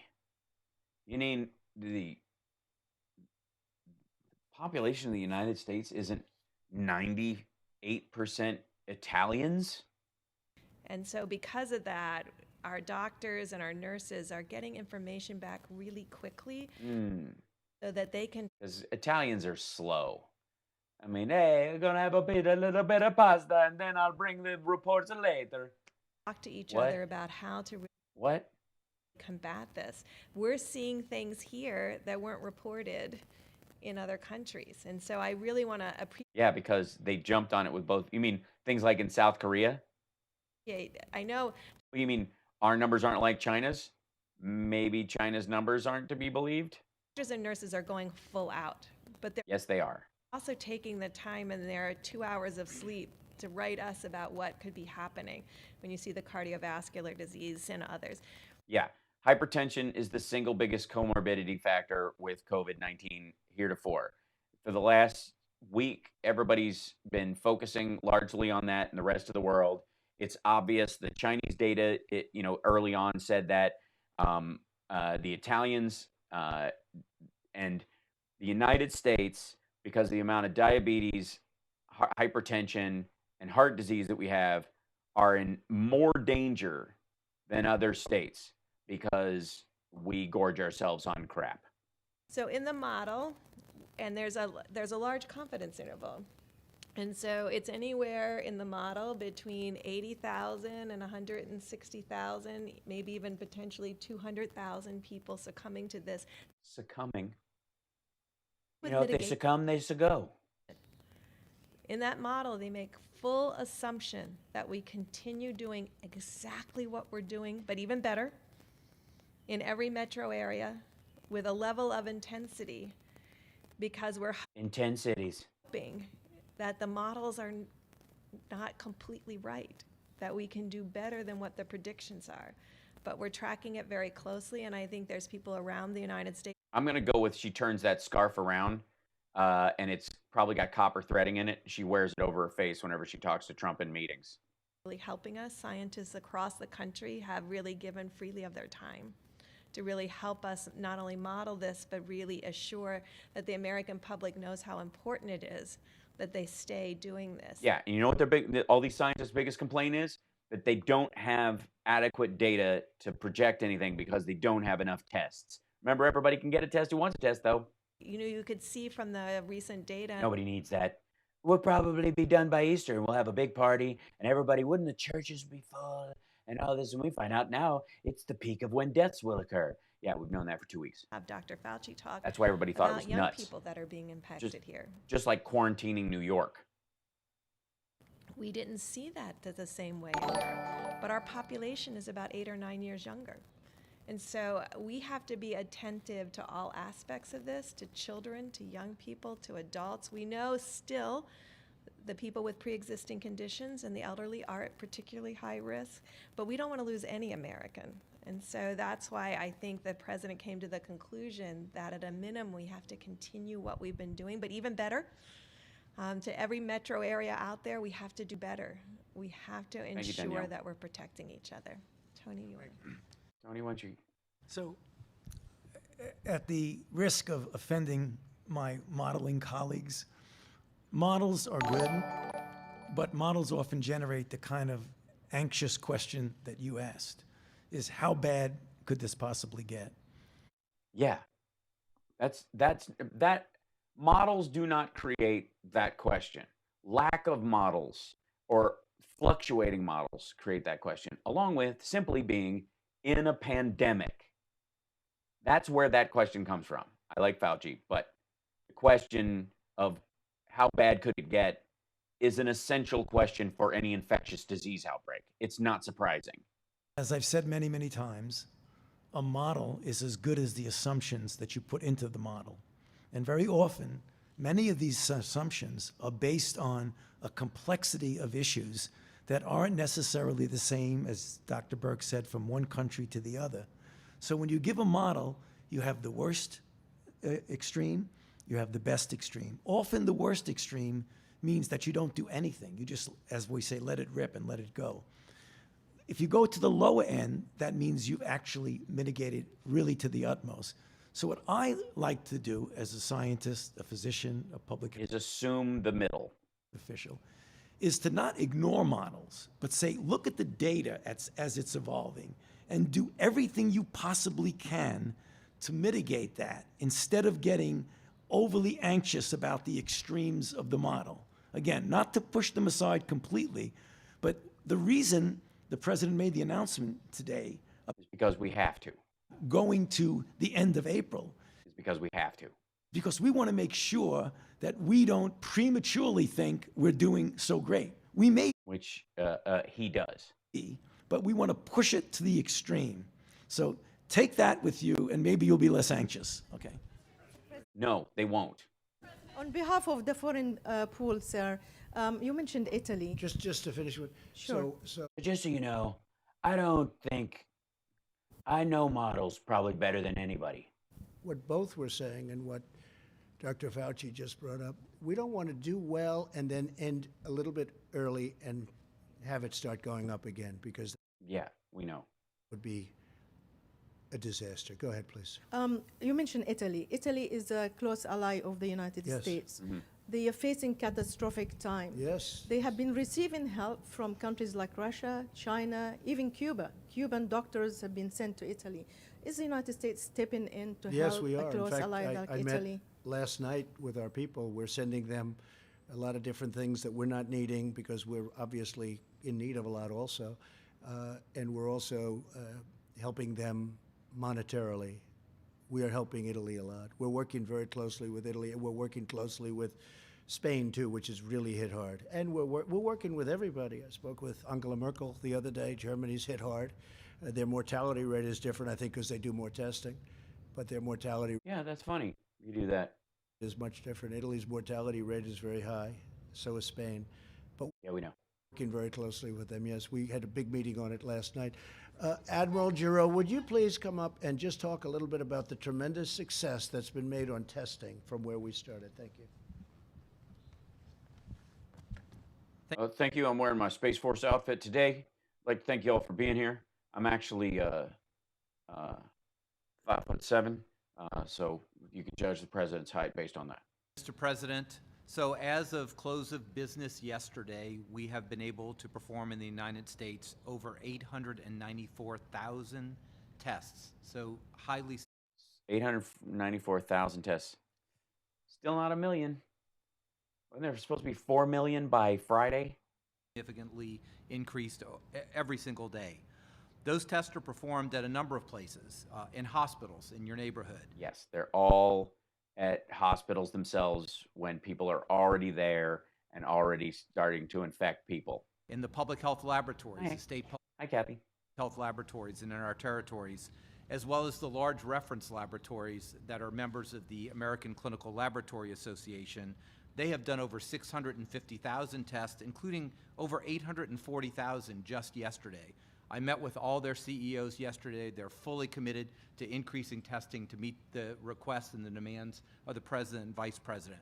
A couple words on the point of care test.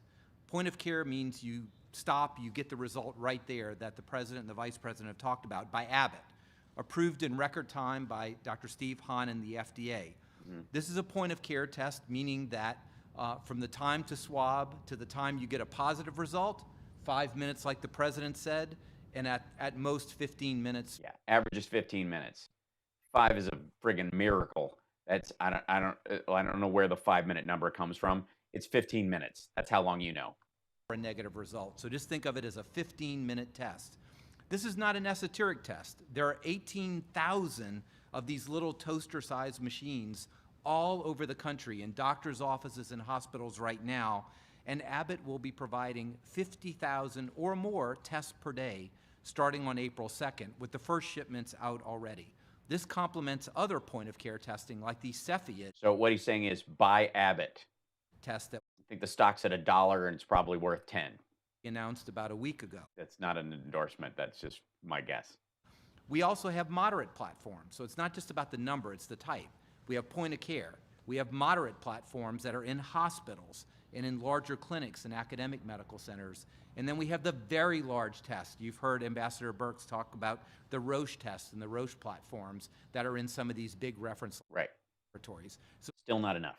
Not just about the number, but it's about hey, I bet painting this very complex ecosystem so that everybody who needs a test can get a test.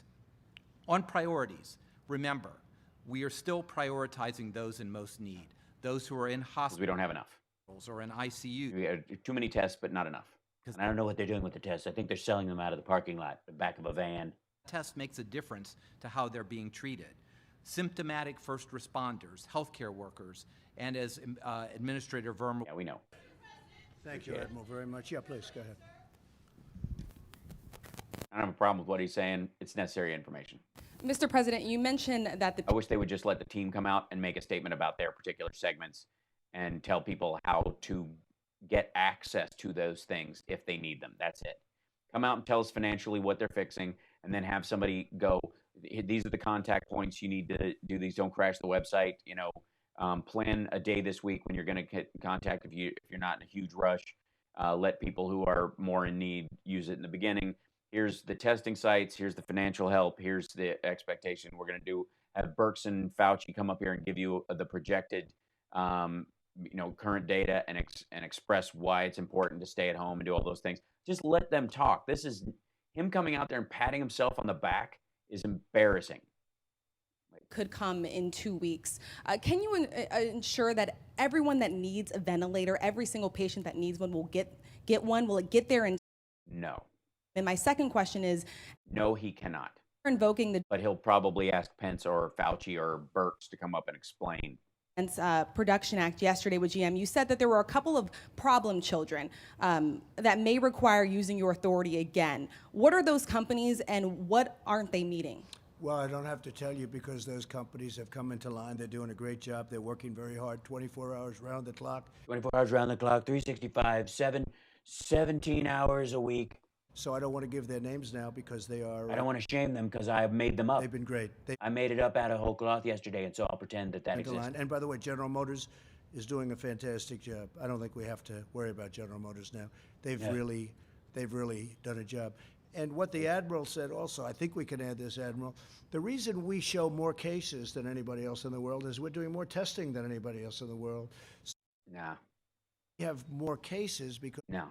we're doing far more testing. No, we have more people than South Korea, and we have more infection per capita, and we're doing fewer tests per capita Than anybody in the world. And remember, we started with a system that was broken. For many years it was broken. And I'm not blaming the last administration. I'm saying other administrations.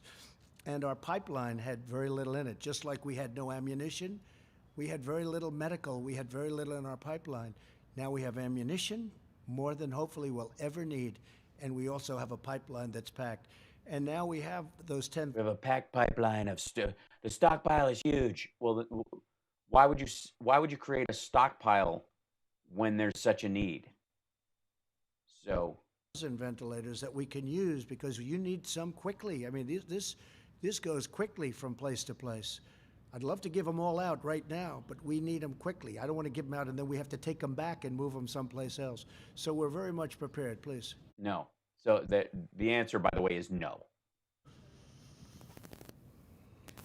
But notice how, Craig, they said 800,000 tests 3 different times using different companies to make it sound like that 800,000 happened 3 times. President, states like Florida have reportedly had 100%. Yeah, it's like, I've told you I'm 6'2", like 4 times, so that means I'm 28 feet tall. Requests for supplies from the National Strategic Stockpile filled. But other states like Massachusetts have not. So how is that assessment being made and why has Florida gotten its request Well, fulfilled? I think you're going to find that almost all states, look, I was on the call yesterday with the governors and they were happy. They were so, honestly, I couldn't get a word in edgewise over them singing happy birthday. The job we're doing. No, they're not. The New York governor was pissed. You threatened to lock down his city.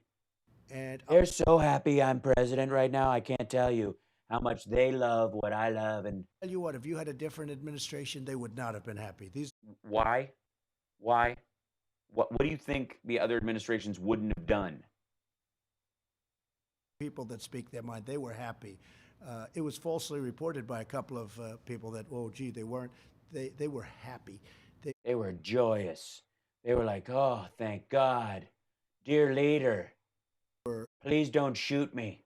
Thrilled. Florida has been taken care of, and Michigan has been taken care of. Very important state. To me, it's very important because I'm so proud of what we've done bringing car companies back into Michigan. Oh, you mean being against the auto bailout? And we're now dealing with the governor, and I think, Mike, I can say that a lot of good things are happening in Michigan. Why would you bring back car manufacturing to Michigan if you didn't think the car companies should have survived the 2008? All right. We're dealing with the governor very strongly, and we're trying to get things to Massachusetts as rapidly as possible. Why has Florida received 100% of its requests compared to some other states? Is there a reason? Florida, look, they're very aggressive in trying to get things, and they're doing a very good job. But I think I can say all of the governors are very committed. We're very committed. We're working together. And we're getting things out at a level that nobody's ever seen before. You can speak to FedEx, you can speak to UPS, they've never done anything. What? What they're doing right now. And nobody in the world has been able to match. Why does Florida have more stuff and Michigan and Washington State are getting gypped on it, and New York State for that matter? Bet you if Ohio needs a bunch of stuff, they're going to get it. What these great companies Wisconsin have been able to do. If we left that to government, it would have been a tough thing. You are government. We have mobilized. What do you mean left it to government? Private enterprise. We have mobilized the greatest companies in the world. And what's happening is incredible. And that includes Abbott, where Abbott comes out and all of a sudden, out of nowhere, comes up with this incredible test. It's amazing. You know, we didn't even think about it. And they called us like everyone else has done. Simplifies everything and makes it so easy. So I think you're going to find most states are very happy. I'm dealing with the governor of Louisiana, John Bell. Who's a Republican? He's a Democrat. That's what you're getting at. But that's what you're getting at. I'm dealing with him very successfully. I think he's very happy. I think he's actually amazed at what he's been able to get. You know, he's a Democrat, but he's basically a Republican because he likes me. We were even forward thinking. I suggested all Democrats who like me are Republicans. All Republicans who don't like me are basically Democrats who used to get me coffee. Just clearing that up. Additional ventilators and other things. We're building And other things. a hospital in Louisiana, very importantly. Not building a hospital, building a temporary medical facility. Building hospitals in New Jersey. Not building hospitals in New Jersey. Governor setting up tents. You're setting cots in convention centers and hotels. Murphy of New Jersey. Stop acting like it's going to be fabulous. It's going to put Trump Hospital on the outside of it. A terrific guy, and frankly, he wants, he's got a pretty hot spot right there, right next to New York. And we're doing hospitals, we're doing ventilators, we're getting a lot to Governor Murphy. That's New Jersey. Last night I spoke to the governor of Connecticut. We had a great talk with him. We are really doing a job. Look, Gavin Newsom, the governor. Remember, he said nice things about me. Of California. They got everything they needed because they had money, more money than Italy actually, and they were able to use up the surplus they had to buy all the stuff that they needed. California, he's been terrific. We sent him a boat way ahead of schedule, the ship way ahead of schedule, hospital ship, the Mercy, with 1,000 beds, operating rooms, and it's been in LA for 3 days already. So I think they're really happy. And when you think about it, in New York, we built 2,900 hospital rooms, beds. You didn't build beds. Nobody's ever. I was down there with an Allen wrench. We went raided IKEA. Seen it before. The governor's never seen anything like that before. No, they never seen anything like that before because they weren't alive during the Spanish flu. It was done by federal government. You know why they didn't see anything like that? Because during H1N1 and Ebola, the Obama administration handled it. It spread, but they stopped the spread from getting out of control. That's why these people have never seen anything like this before. Not by state government. This was done by the federal government. They're opening it tomorrow. I wanted to be there so badly, but Secret Service and all of the people involved said, no campaign videos, it's illegal. Won't let me. They won't. Because of disease. Let me. I would love to be there, but they won't let me for obvious reasons. But I would have loved to have been at the opening tomorrow of the hospital in Cut a ribbon. New York, Javits Center, at Javits Center. But not a hospital. It's. We're very proud of the job we've done. We turned the Javits Center into a hospital during my presidency. Before it was a venue where people could go enjoy shows and sporting events, but now it's realized and getting better and better every day. And the task force headed by your vice president, your vice president Mike Pence, is so anything that's bad is his fault. The job they've done, and they don't even sleep. Okay, any other questions? They don't even sleep. They're working 24 weeks a day.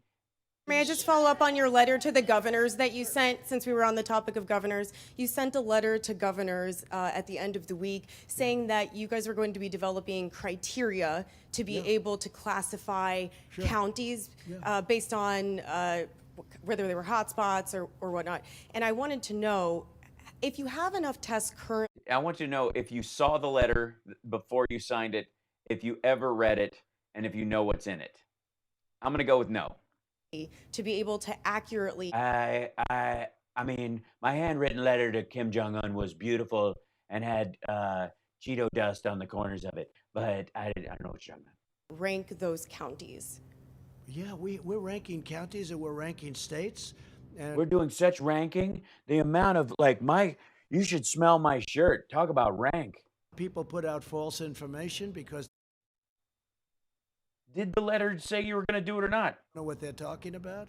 And we took over a dead, barren system. We took over a system that was obsolete. It was good for a tiny little sample of people. And even that didn't work because when CDC first looked at their test, the biggest problem they had is the test didn't work. That wasn't from us. That's been there a long time. Now we have There's no such thing as a test that was around for a long time for a disease that just appeared 6 months ago. Tests in the world. This test didn't exist before you were in office because this disease didn't exist in humans until 6 months ago. Nobody has. Now they're all calling, can we get the quick test? We call it the quick test. We call it the quick test. It's so much better. I was calling it the speedy test, but the quick. By the way, is better than slow. I don't know if you know that. Probably more accurate. More accurate and quicker, and more accurate and quicker. And Abbott, you know, the lucky thing for us was they were first in the phone book. And it takes a few minutes. I mean, it's pretty amazing. It's amazing what's going on. But are you ranking counties? Again, he has no idea what the letter she's talking about is. He signed it. He has no idea. We've done. No, we're getting along great with the governors. Yeah, go ahead, please. Yeah, we're ranking and ranky. No, go ahead. I saw the Rancor, you know, when Luke fought it in. Please. Thank you so much, Mr. President. I wanted to ask you more specifically about the strategy that you Don't ask specifics. He's going to have to bring somebody else up on stage, and he's going to get him sick. To unveil on Tuesday. What factors are you taking into consideration? Well, we're going to do this very quickly. 2 days from now. What can the By the way, give us a thumbs up and subscribe. Come on, guys. Honestly, I'm doing this for free. I'm just doing this for you guys because I love you. We all got to get through this, and if there's useful information, we're going to want to hear it. But I'm not letting this slide. And if you're here to gripe, give me a thumbs down because I don't care. Can people expect? And is it possible that these April 30th guidelines could be extended? Well, we hope not, but we think it's going to, you know, we have aspirational thoughts. We would have loved to have been a little bit sooner, but we have to do it right. Yeah. We could have done it. We could have done it on Easter, but there was a good chance that no, we couldn't if it's have. coming down or No, we couldn't have. No one thought it was a good idea. Going up? No, we would have. Look, it was like this. Maybe it's going to be coming down by that, but we just felt it was too soon. We can't. Oh, did we? Chance, you know, again, because of what we've done and because of Thanks, the fact Doug. that we've stopped the flow from China so early, because the question is from a lot of my friends, why don't we just wing it? Why didn't we just wing it? All my friends were just like, screw it. This is bad for business. Why can't we just, who's really going to die? The weak? Who needs them? None of that. We can all go to an island and wait it out. Kept asking, and we did models now. Finally, we got My friends were all asking, why don't we just wing it? Just see who dies. models in. And They're you just, I mean, honestly, we live in gated communities. about the 2.2 million people would have died. I don't mean we would have had 2.2 million cases. These are two. Thank you for subscribing, Lori, on to my Twitter feed, but infotainmentwars.com. Go to the YouTube page. Give us a thumbs up there. That's what I'm talking about. Or just hearts away. 2.2 million people would have died. 2.2 million people. If I'd have done what I wanted to do and what my friends suggested, all my friends were suggesting we let 2.2 million people die. What? Who are your friends, man? We're going to have a. What friends are. First of all, he doesn't have any friends. He means business associates who can get something from him, who pretend to like him.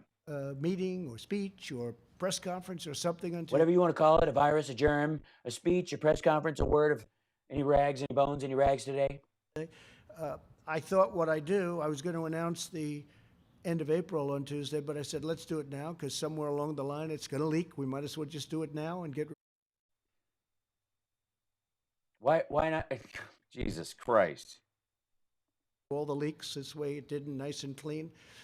But we have to really do a great job for another couple of weeks. And I think we're going to be in great And then we can go back to sucking. shape.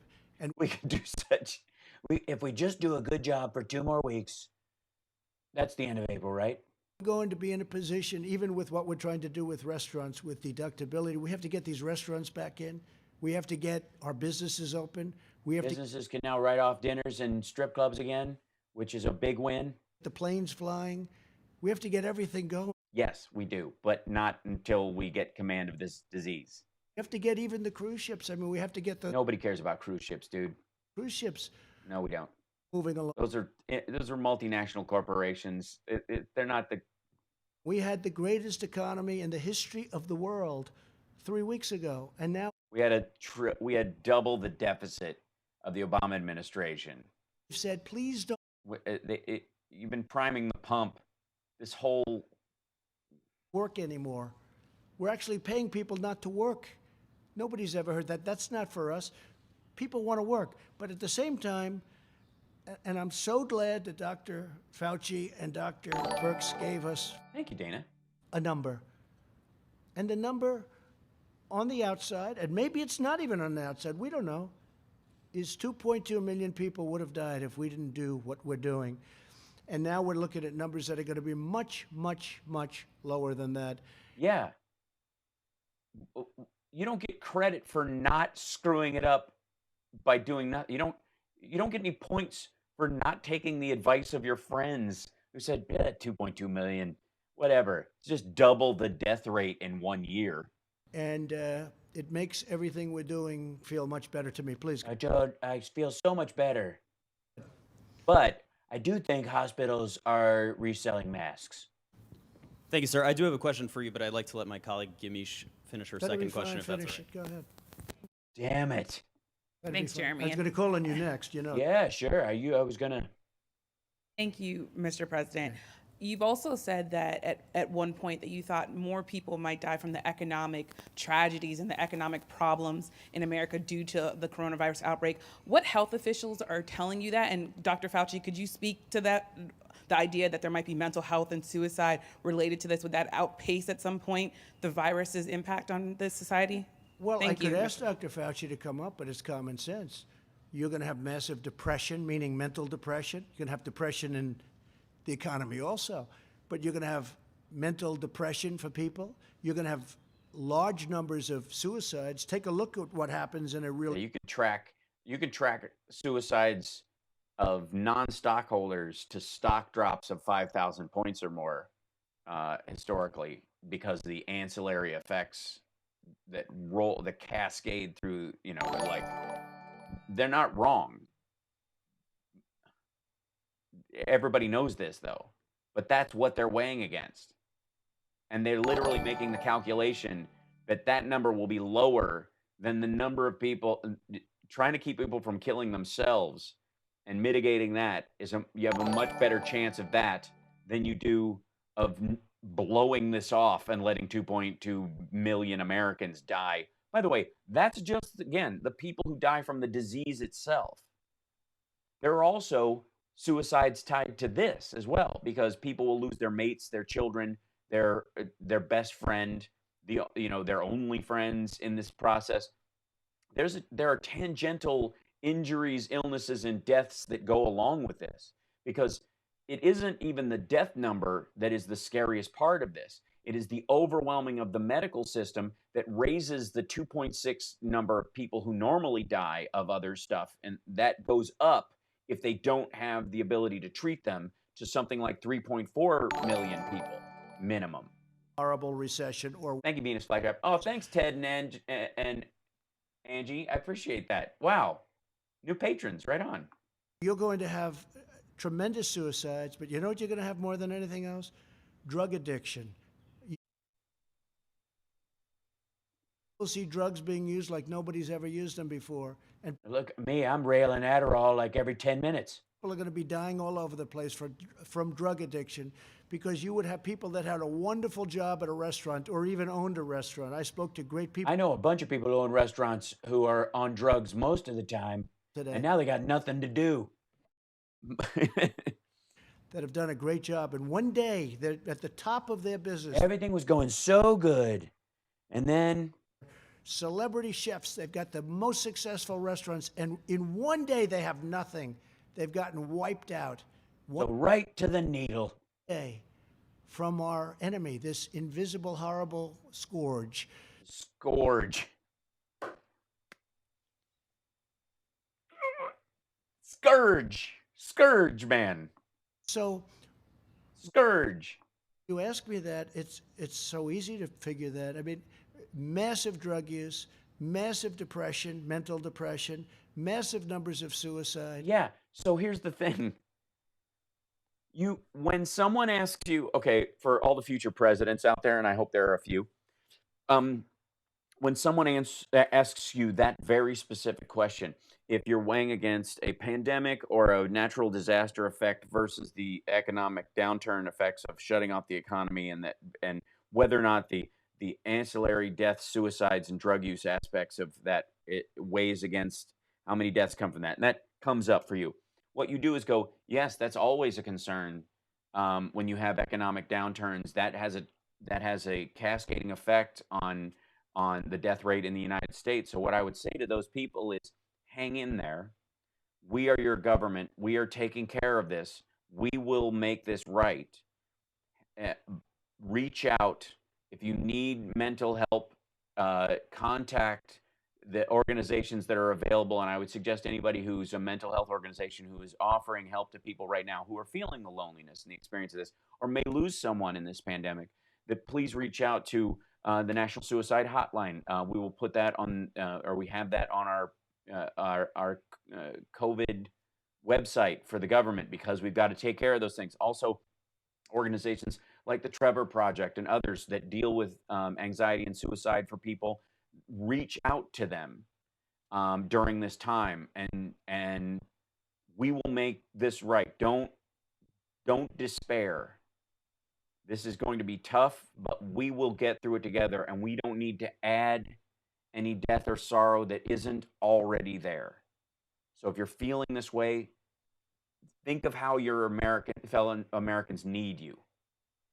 You don't go, Joe, just death everywhere. I mean, honestly, and the suicides and people, it's gross. Have you ever, Anxiety causes, disease. Again, you know what? I'm wrong. I take back everything I said. This is way more inspiring. A lot of people, you're going to have tremendous. And get itchy skin. I get hives whenever I have to shake hands with a brown person. You know what I'm talking about. Hopefully we're not going to have that, because hopefully we're not going to have that. Don't say hopefully we're not going to have that. Understand that that's a natural part that's going to occur, and then address it as a president. Hopefully, by what we're doing. Thank you, Dave. I appreciate that. We get the best of both worlds. We don't have 2.2 million deaths. We have a number that's much less, much less. And at the number I'm totally cool with. Time, we get our country running. Any number short of 2.2 million, I'm going to take credit for it. Please. Because my friends said, let it rip. Thank you. Thank you, Mr. President. You were next. He was very nice in doing it, though, nevertheless. Go ahead. Thank you, Which sir. is unusual for CNN. Two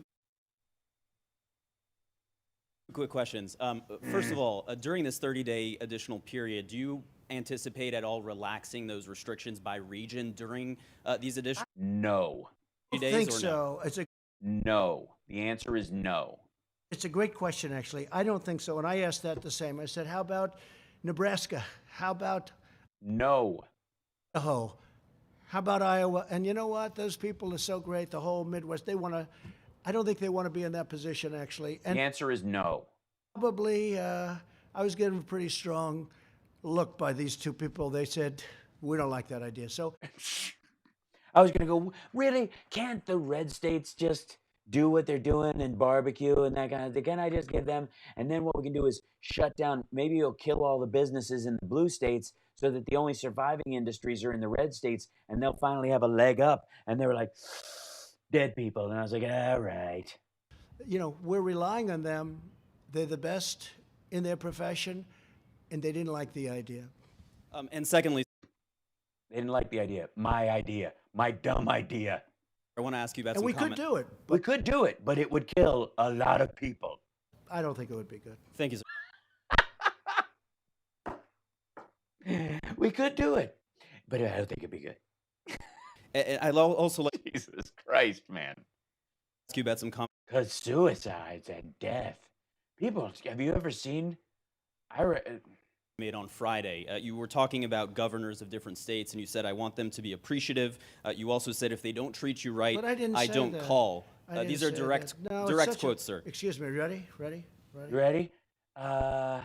I get to say whatever I say I said before and after I said. Take a look at what I said.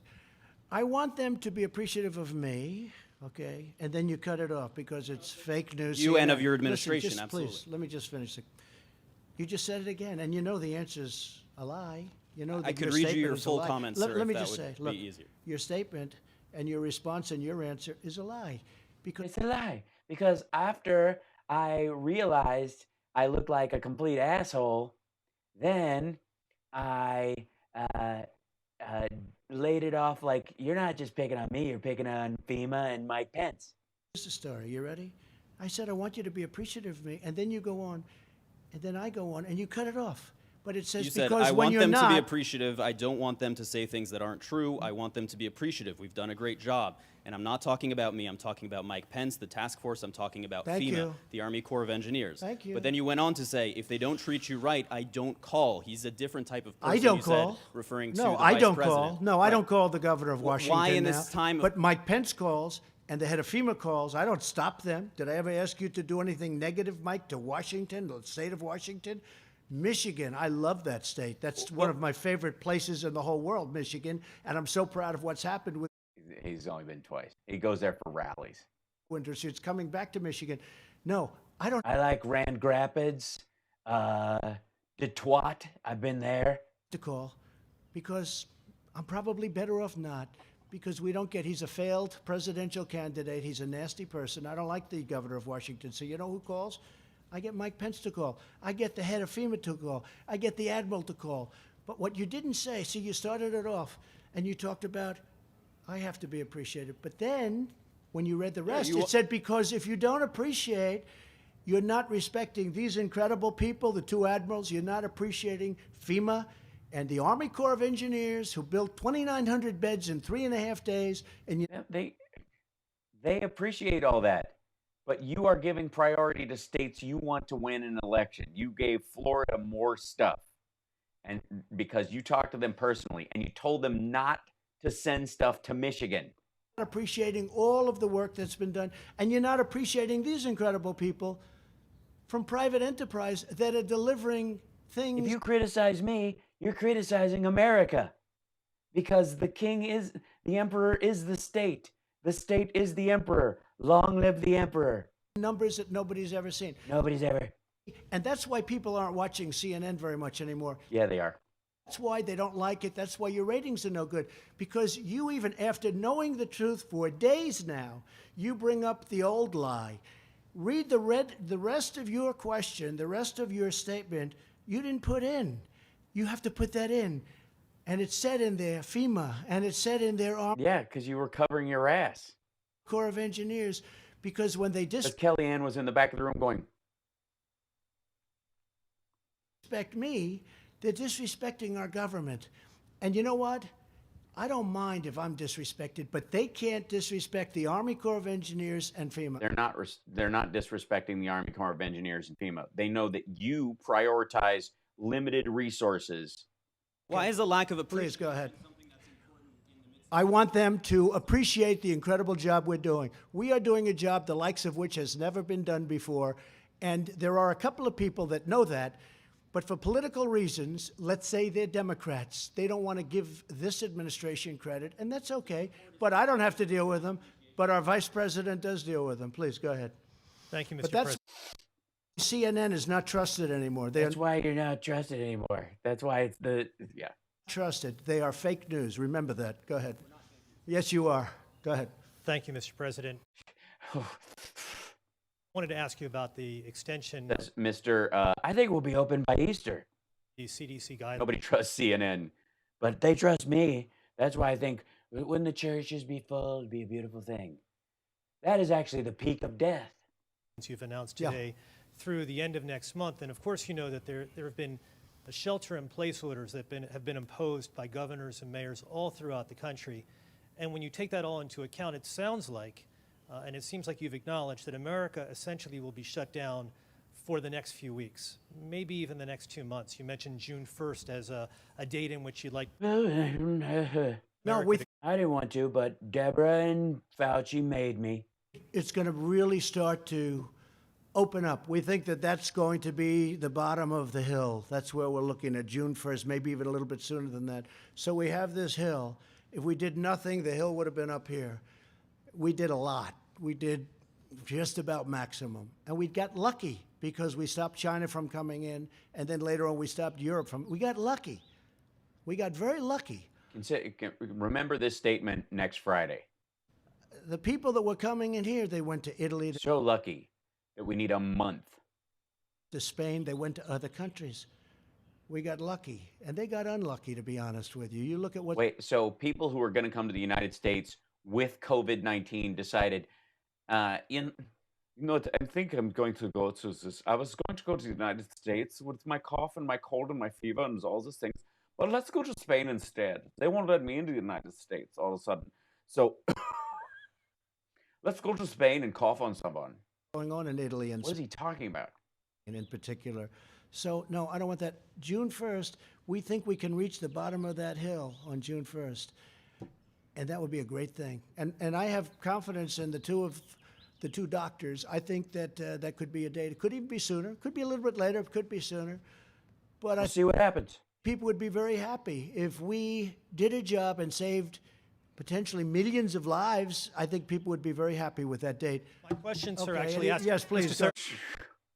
Mr. President, my question actually has to do with the Okay, all right, $2.2 trillion relief bill that you signed Yeah, biggest ever.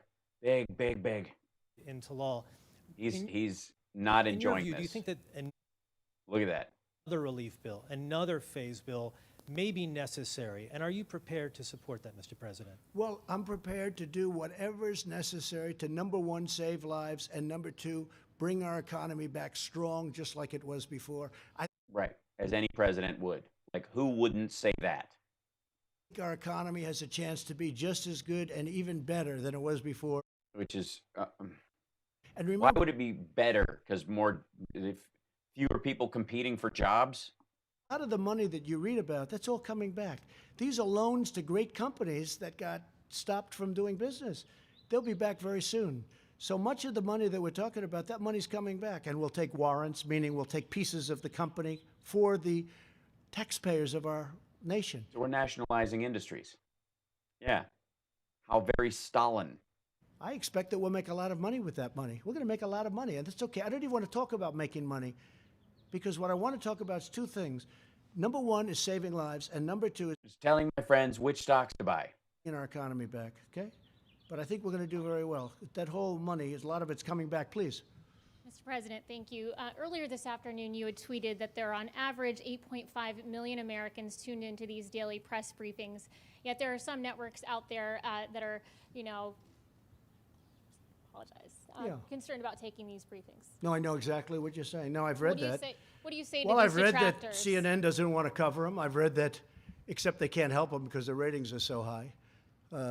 If the ratings were low, they wouldn't be here. This man wouldn't be here. In 100 years, you could bet your life that he would never be here. Where this is a pandemic. These are meetings where the task force. Sorry, I'm trying to get my camera back in focus. There we go. This is a pandemic. Why wouldn't people be watching what the president says? Because, and by the way, from a ratings standpoint, people are tuning in to see the supporting cast. I got news for you, Trump. Everybody wants to see Fauci talk. With CNN and all their cameras, because we help their ratings. If Fauci wasn't on, that's why they don't air them. That's the minute Fauci wasn't in every single one of these is when they started talking about why do we even run these things. We lift up their ratings because their ratings are very low. Who cares about ratings? But for the most part, I haven't heard that. I will say the Washington Post has a drive on not to go to the President of the United States news conference because, frankly, so many people are watching. We're getting the word out. We're getting the accurate word out.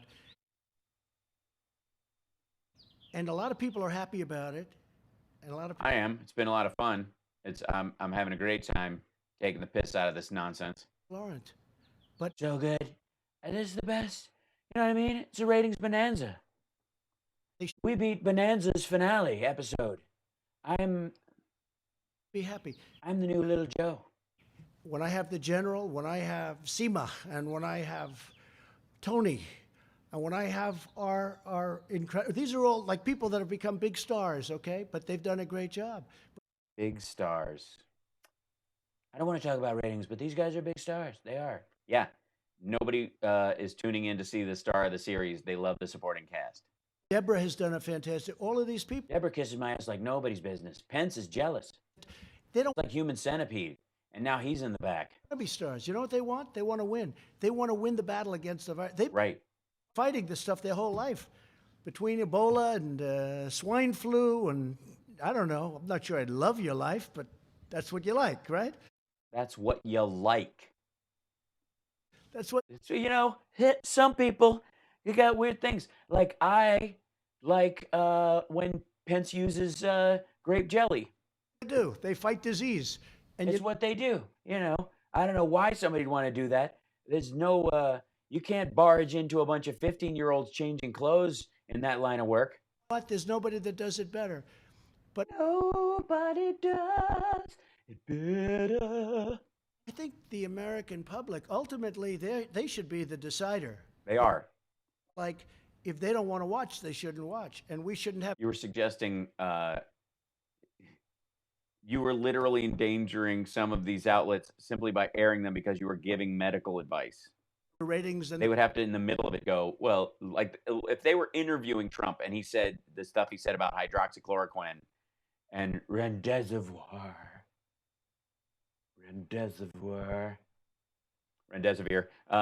if somebody had said that on their panel, they would have to break in legally and go, well, excuse me, there are no, I have to stop you right there. There are no clinical trials currently happening that prove that that's the case or whatever. But they can't because it's a speech. Bachelor, or as the New York Times said, we have Monday Night Football type ratings. Now, I didn't say that. I have no idea what they are. We're all at home. It's a pandemic. Why are you patting yourself? People want to watch this. I mean, honestly, I don't know how we're going to squeeze a season 2 out of this pandemic. Maybe we can cut Ebola loose.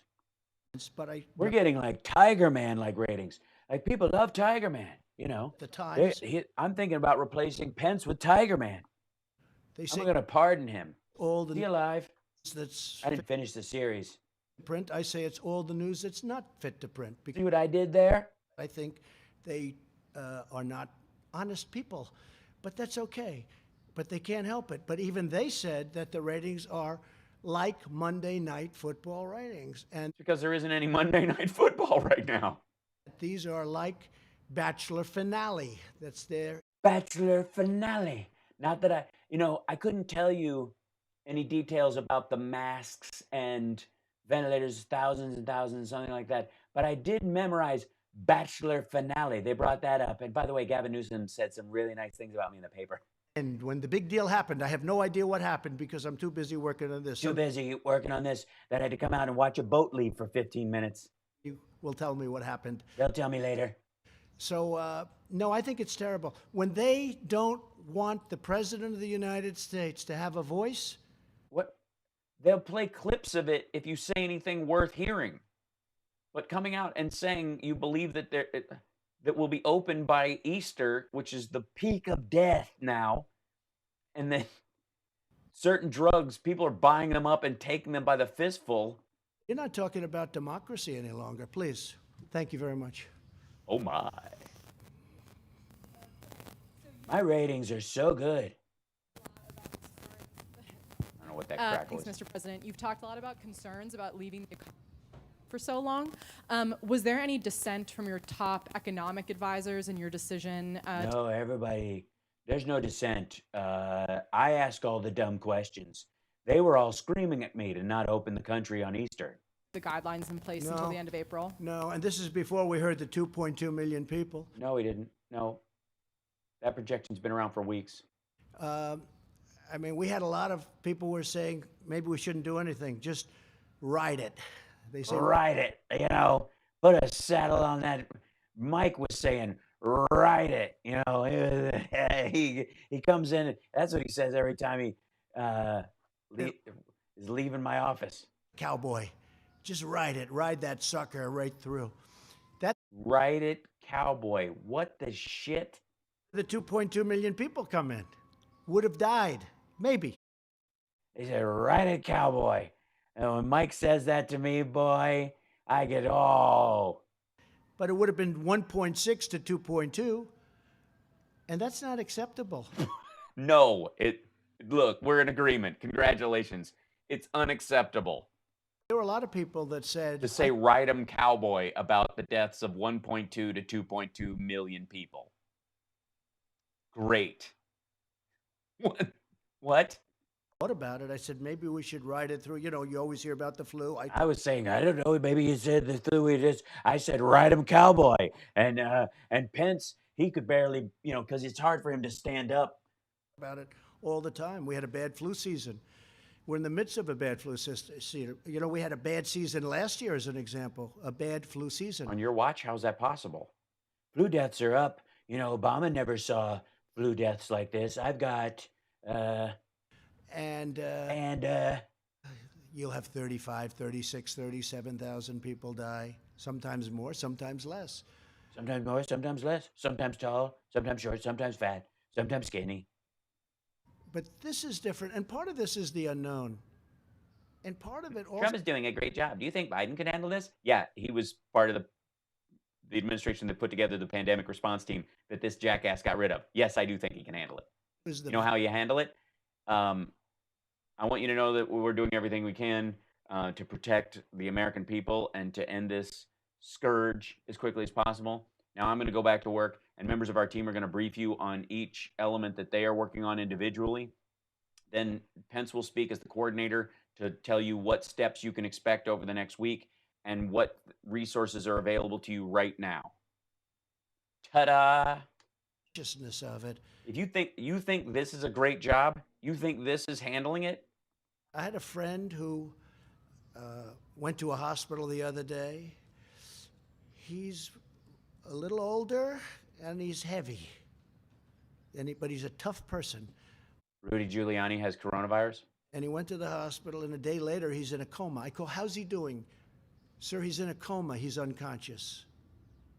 He's not doing well. Really? Holy smokes. The speed and the viciousness, especially if it gets the right person, it's horrible. It's we know.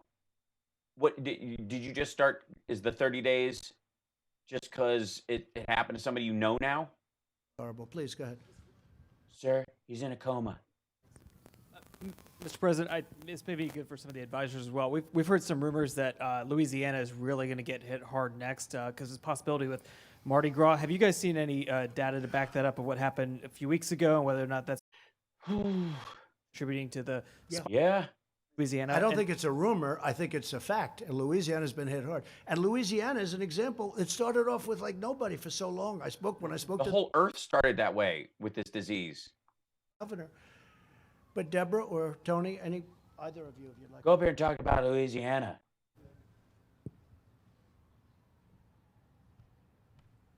You know, I think you heard us talk about a week ago that we were very worried about the numbers and how they were increasing in Louisiana, how they were increasing in Cook County, how they were increasing in Dearborn. Yeah, like the rest of us have been screaming about for weeks while he was going, it's going to go from 15 to 1. It's really no big deal. It's just a China virus. It's, we stopped it after everybody left. And Detroit. And I think those are areas that we're still watching very carefully. And like the president said, when people get this virus, some people do very poorly. And certain metro areas get exposed to the virus, we see this really very rapid expansion of the virus. We think it may have been circulating there for, a couple of weeks. We don't like to... I don't like to look backwards. I only like to look forwards. Yeah, but you have to look backwards because that's how you project forwards. Really, we are putting all of our effort into ensuring that the people of New Orleans, the people of the Detroit region, frankly, the people of New York. I mean, some of the fastest growing counties are not New York itself, New York City. When you look at it per 100,000, it's Rockland, it's Bergen. So, I mean, all of these places are people that have transited through cities, and that's why we really did want the travel advisory, just to really warn people to watch out for their own health, to really take their temperatures. And so it can go from 50, 100, 500 cases, and the next thing you know, it's 2,000, it's 4,000. Yeah, we know. That's why everybody's been freaking out about this the entire time, where he's been going, it'll just wash through. 10,000. And because it then gets across all communities, people get very sick. Yeah. And guess what? The biggest, scariest part isn't even the number of dead. It's the number of people who require medical intervention to save their lives, because you're going to run out of ventilators and you're going to watch people die who could have lived. Because it's 15 and 1 and there's really just one sick lady and we basically stopped it, and who needs a pandemic response team? You know, you made the comment about New Orleans. This could got to lean up, but I'm not touching that mic because it's nasty. happen anywhere, and that's really one of the issues that we're concerned about, and why we were so reluctant to pull back at a time when we need to put our foot on the gas as opposed to on the brake. And as what Dr. Berg said, this is exactly what you see. There are a number of communities, cities, states, what have you out there, in which they're trickling along like that. Don't get complacent about that. That's because there's no testing there. That's exactly the way the virus works. Right. It goes like this, then like this, and then it goes up like that. That's exactly what happened in New Orleans. That's what happened in a terrible way with New York. That's what we're trying to avoid in multiple locations throughout the country. Yeah, exactly. So we shouldn't take any solace when we... So we shouldn't open on Easter, you're saying that. I'm getting that feeling right now. So you're suggesting to the president that the Easter thing was a bunch of shit. Levels. Thank you, Jill in Carter. Different states, different cities. Thank you for different the areas. thumbs up. Of course, Yeah, give a thumbs up to the program if you can. Become a patron subscriber if you can. If you can't, I'll be here every day. Obviously, we're going to be in this for the next 30 days. Congratulations. The series has been picked up. We're going to. Thank you, Jill Carter. And thanks to everybody for hanging out while we go through these kind of things. Because like I said, as the information that comes through these that is useful, I will pause for a minute and let you actually hear it because it's got value. But weeding through all this nonsense while he jibber jabbers live about what a great job he's doing and how the media is so unfair to him. Very vulnerable to an explosion. Mr. President, last question for me, sir. I just real quick. I asked the Vice President a week ago, and I think we talked about it last week as well. I don't like this. Let me touch the mic again. You took the test that first time. I remember that, and I think you took it last week, Mr. Vice President. Have you had a chance to take it again? Does it get easier the second time around? Does it? I mean, do you feel? Why would I take it again? I don't understand what the heck you're talking about. How are you feeling? I think I'm waiting for that little 45-minute test. I sort of like that, or now it's down to 5 minutes, I understand. But 15 minutes. No, I haven't, but I think I will take it again if it's appropriate. Whatever, you know what I mean? It's like a ride. I don't feel there's any symptoms. I don't notice. Have you noticed any sniffles? Nothing, right? So far I haven't felt that way, but you know, there was a big strong You don't get sniffles from this. You don't get a runny nose from it. Jesus Christ. point made originally. I think it still holds. Take the test if you need it. Yeah, and you're interacting with a bunch of people all the time. You should be tested nearly daily. The symptoms. If you don't take it. That's put out by the professionals. The professionals say that. Don't take it because there aren't enough. You know, That's why the professionals are saying that. Not because everybody shouldn't get tested, because they can't possibly test everyone. But I would take it. I just wanted to. Have you noticed I haven't been sniffling because I've been breathing through my mouth? I do this thing to keep me from sniffling. I've started going. I do this bullfrog thing. Have you seen me do the bullfrog like that? Then I don't do the sniffing as much, and then it's easier, you know. And one thing my Adderall's coming online right about now. About what Tony had mentioned. So I grew up in Queens, New York, and right next to a place called Elmhurst, Queens. And they have a hospital that's a very good hospital, Elmhurst Hospital, right? A weird name for it. I've known where it is. I've seen it. It exists. I know I could give you directions, but I can't right now. Tell you the color on the outside, the size of the windows. I mean, I know it very well, right? What? I used to peek in the, we lived a couple blocks away, but I used to look through the windows. Oh, thank you, Robert. I was near my community where I lived. Can any of you describe the color of the windows at the hospital near where you are? What? And I've been watching that for the last week on television. Body bags all over. Yeah.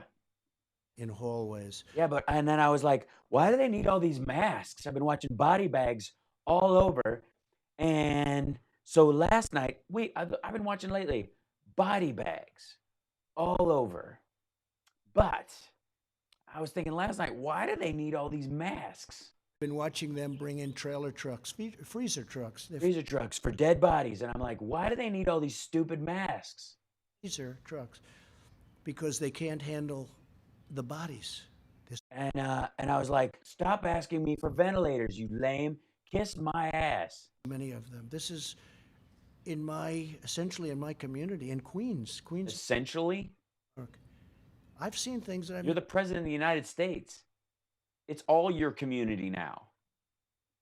Before. I mean, I've seen them, but I've seen them on television in faraway lands. I've never seen them in our country. Elmhurst Hospital, unbelievable people.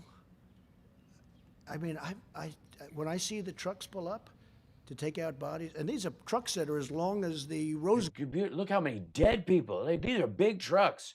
I don't do small trucks full of dead people on my watch. I do giant trucks full of dead people on my. I'm so good. And they're pulling up to take out bodies, and you look inside and you see the black body bags. You say, "What's in there?" It's a body. We're pretty sure no one looks at a body bag that's full and goes, "What's in there? Socks?" This hospital must be supplies. It's not supplies. It's. Oh my God. Is that how they bring all? Oh, wait a second. Does he think that they are smuggling supplies out of the hospital in body bags? Serious. Thank you, Michelle. Jesus Christ. Honestly, are we getting a look inside his brain? Think about that. Like nobody asks, for God's sake, what's in a body bag? I don't even know what those are for. Is that a euphemism? Well, I've never seen anything like it. I think they're stealing stuff. I don't think those are bodies in there. I think they're stealing masks and selling them to the Chinese. These people are doing a fantastic job. Of stealing body bags, masks full of what? Else who's doing a fantastic job is sitting here, who is the head of the task force, and I just Mike Pence. I want to bring him up right now. Come on, everybody, give it up, give it up. Mother let him out of the house today. Mikey's come out to play. Give it up for the big. Finish up because I'd like to ask Mike, what do you think about what we've done, and where do you think we're going, and how long will we get there? And at what time will it stop?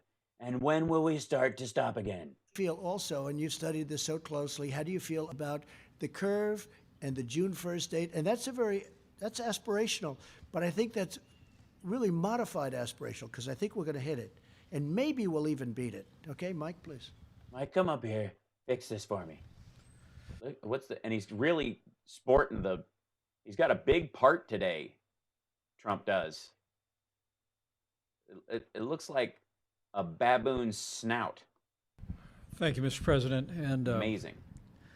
Let me just join. Let me just tell you what a miracle it is to be able to touch your mic and feel the dampness from your fingers. And I know we can't shake hands anymore, but I think I speak for all of America when I say River.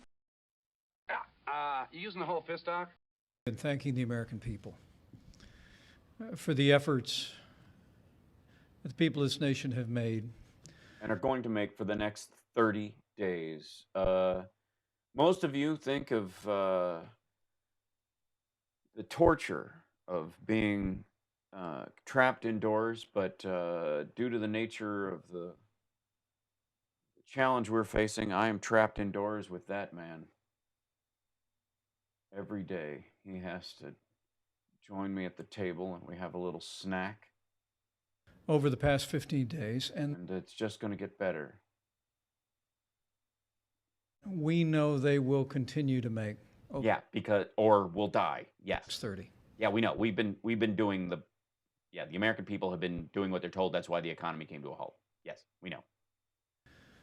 You heard the president speak today about the modeling, and on Tuesday, he will share with the nation the crucial. He's gonna not tomorrow, but Tuesday.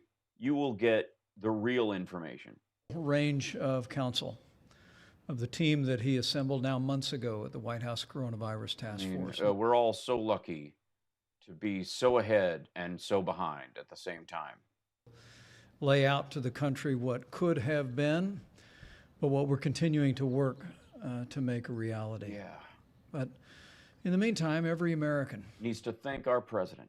I think every American should have a grateful heart. First and foremost, all the incredible healthcare workers that are on the front lines at places like Elmhurst. Agreed. And elsewhere every single day. Yeah. It is amazing how awful Trump has to be to make Pence look completely normal. As Dr. Burke said, getting just a few hours of sleep and going right back into work. I mean, they are the hands and feet. Yeah, I know I'm related to some. Of American compassion. They're going to have PTSD when all this is over. I want to say, on behalf of your president and on behalf of a grateful nation, that we're with you. We're going to continue to work tirelessly with these outstanding leaders at FEMA to make sure that you have the protective equipment to be able to do your job safely. And yeah, but don't wait a second. They don't need all that stuff. They don't need. They're selling some of it. They're loading it in body bags. It's like Die Hard 9. Go home to your family. We're going to continue to work with these incredible distributors. Getting all the materials that they're not going to need. They're not going to need. You know, the president. The aircraft that landed at JFK this morning is the first of 15 flights that are landing there this month. One aircraft that are going to be coming in. Just imagine a city of 7 million people would need. From around the world, and it's all headed to support our healthcare workers and people that are on the front lines. Because we need to. But also, Mr. President, I want to say thank you to American businesses whose generosity is shining forth every day. The two insurance companies that you mentioned. Who did the actuarials and realized that it's cheaper to pay to forego the copay on this than to have everybody get sick. Have waived cost them more money. Co-pays and are providing full coronavirus coverage to Americans for the full treatment that people that are enduring this virus are experiencing. Mm-hmm. But American businesses like those so well represented here are stepping up every day with what the president likes to call a spirit, the likes of which we haven't seen for quite a while. You're welcome, Jill Carter. Thank you. Thanks for being here every day. I really appreciate it. In this country. And it's truly inspiring. It is. Every day, we want to thank all the people who are doing the stuff that we get to take credit for as we stand up here every day. I also want to join your words about this team that you've assembled, not only the healthcare team. Sexy people, honest to God. Deborah's scarfs, Fauci's little waddling around like Billy Barty. It's beautiful. The extraordinary team at FEMA and HHS. You know, normal functioning government that now looks extraordinary considering the blathering. But all of our partners at the state and local level and the work that they're doing. Mr. President, when you tapped me to do this 5 weeks ago, you said, I want a full partnership with... And I said, I do. You had me at hello, Mr. President. States. I want to make sure the federal government is there working with like our this, governors and all the local health officials. And we wanted to all of you who are managing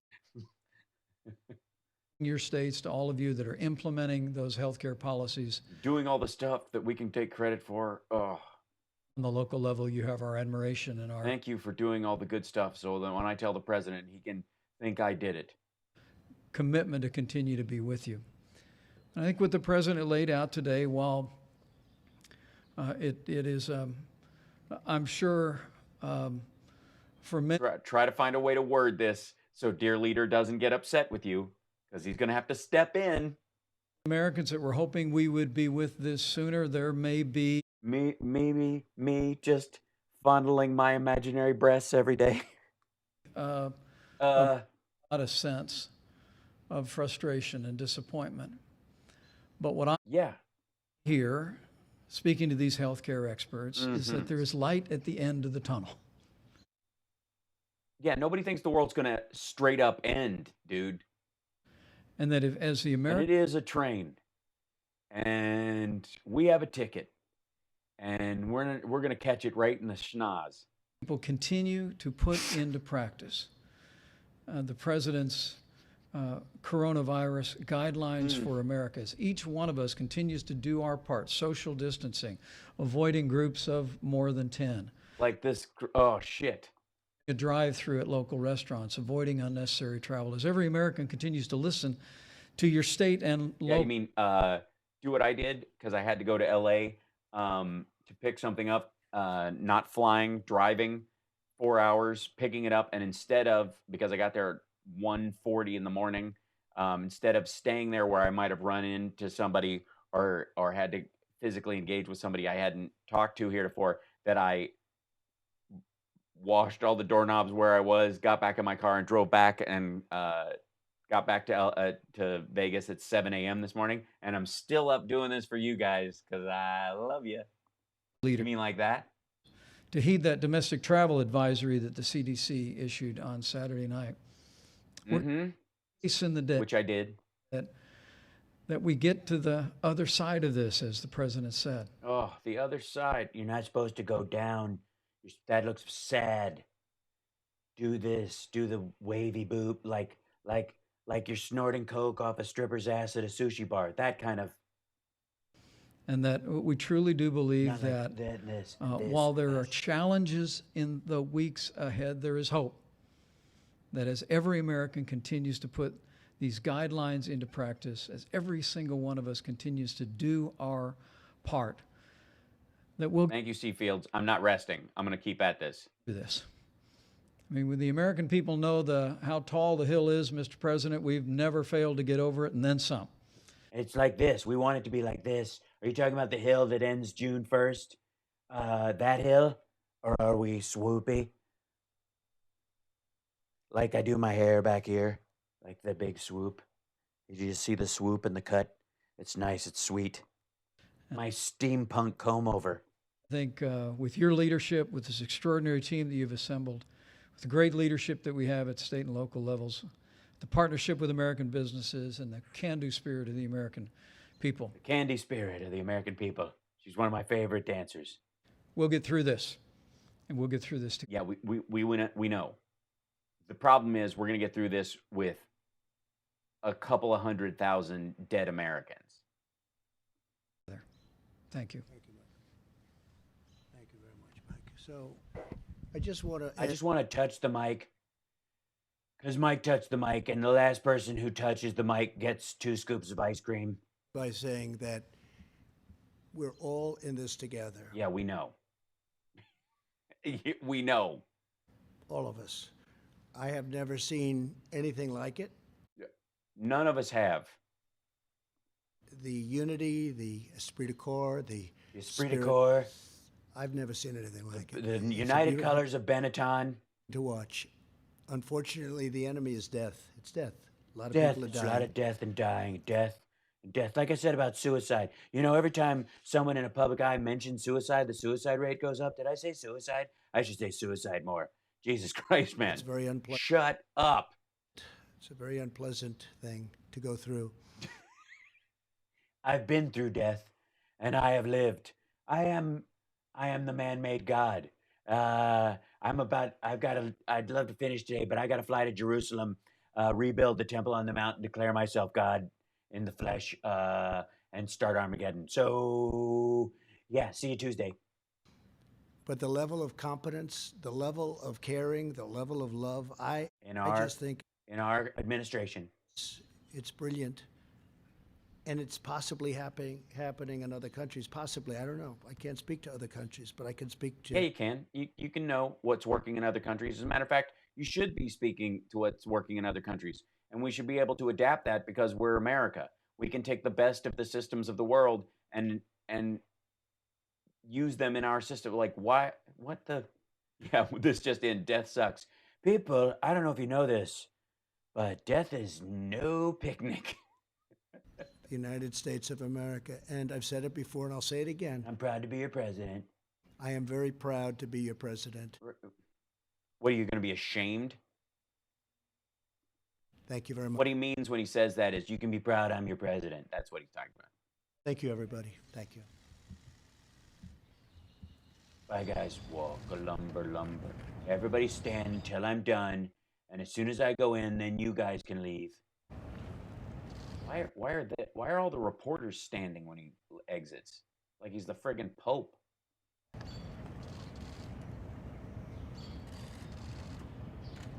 gonna walk all the way. Sir, the door's over here. Sir, second door. I'm going in this way. I gotta use the can. Leave the door open, why don't you? It's just the White House. I don't shut doors behind me. Where's my door shutter? Where are they going? He's going this way in another door. He wouldn't stand anywhere near anybody. Pence is the only guy who touched the mic. And he goes in this door and everybody else is going the other direction. Yeesh. Yeah, there you go. The official door shutter. Criminy. What was that? Well, guess what, kids? The one piece of news from the whole thing, 30 more days. Yeah. Punxsutawney Donnie has seen his shadow, and we've got 4 more weeks of quarantine. Yeah, they have to go in the servants' entrance, right? Oops, hold on. I'm gonna open up this the chat thing. Hold on, right? They have to go to the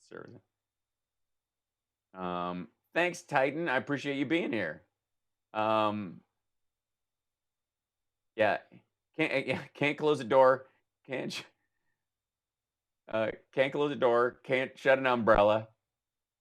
I'm shocked I have 0 dislikes because I feel like I've earned a few.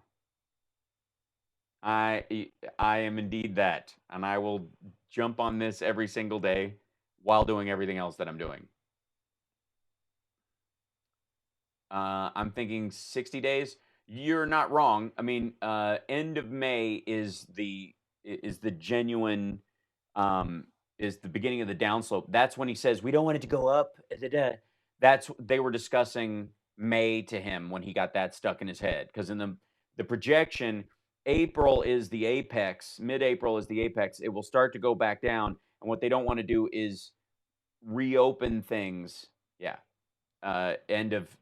Too quickly, end of April, and start another apex in May. That's what he has stuck in his head. Yeah. I gotta go.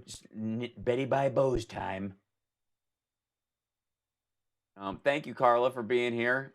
Thank you, Eileen. Thanks for gathering in. Thanks, PenceBot. Yeah. That's what I'm trying to help you do, El Rondo, because, see, I do think carrying it is one thing.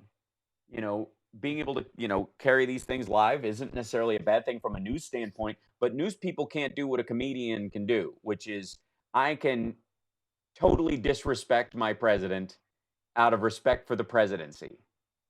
See? I'm capable of doing that. Washington State, appreciate your coverage. Thank you, Deanne. Stay safe. I mean, you guys need to practice social distancing more than almost anybody. There won't be a lot. No, we won't be in lockdown till there's a vaccine. They will start putting stuff back because it will reach an ROI, a return on investment, as far as the economy being shut down and the damage it does life-wise. It will be about treatments. If there are any ways that social distancing has slowed the spread enough, and they've got enough tracking and testing available, and the early treatment part of it is they've got more available potential treatments. That's what will stem the tide. The vaccine is almost in the same time scale as herd immunity. That's where the "let it rip, cowboy" nonsense came from with him. I'll never watch the press conferences without this. I think I picked a good one to start. Oh, thank you, Dave. This is what I've been doing with him, because here's the thing. I have total respect for, the president thinks if you don't respect me, you don't respect FEMA and the Army Corps of Engineers. No, you don't get to take credit for what the Army Corps of Engineers and FEMA have tasked themselves to do, chosen as a life path. Everybody in those situations, the reserves who are coming up, the healthcare workers who are coming out of retirement to help, the RNs and the doctors and the, ER technicians and the janitors and cleaning crews in all these environments that are as much on the front lines as anybody else. You don't get to take credit for what they chose to do with their life because suddenly you have to recognize their existence because you blew off the first 6 weeks of this and of the warning of this. Because if I knew about this stuff in December, the CIA knew about it the same time or earlier. And he was getting briefings in January that this was going to be horrible. And he was like, it's one person, 50 people. He just didn't believe anybody because he doesn't respect anybody's life work. He likes to take credit for it, but he didn't. Yeah. Anyways. And the whole thing about not being able to, Hal, can't thank you enough for doing these narratives after fucking president sending you love, virtual hugs. Thank you so much. We can use everybody needs all the virtual hugs they can get. Thanks, David. But like Fauci and Birx and actually the information about the fact that this is going to go on for another month. He wanted to wait till Tuesday to tell everybody. Wait till the 15 days ends, and then we'll add this so I can say that it's a shorter time. Like we announced the 15 days on the 14th day, and I could say one day's already gone. Which he really did. Christ almighty. You need to pound the fact that he thinks 100,000 is a victory. Well, that's been the issue with this dude. Thank you, Elaine. I'm doing my best.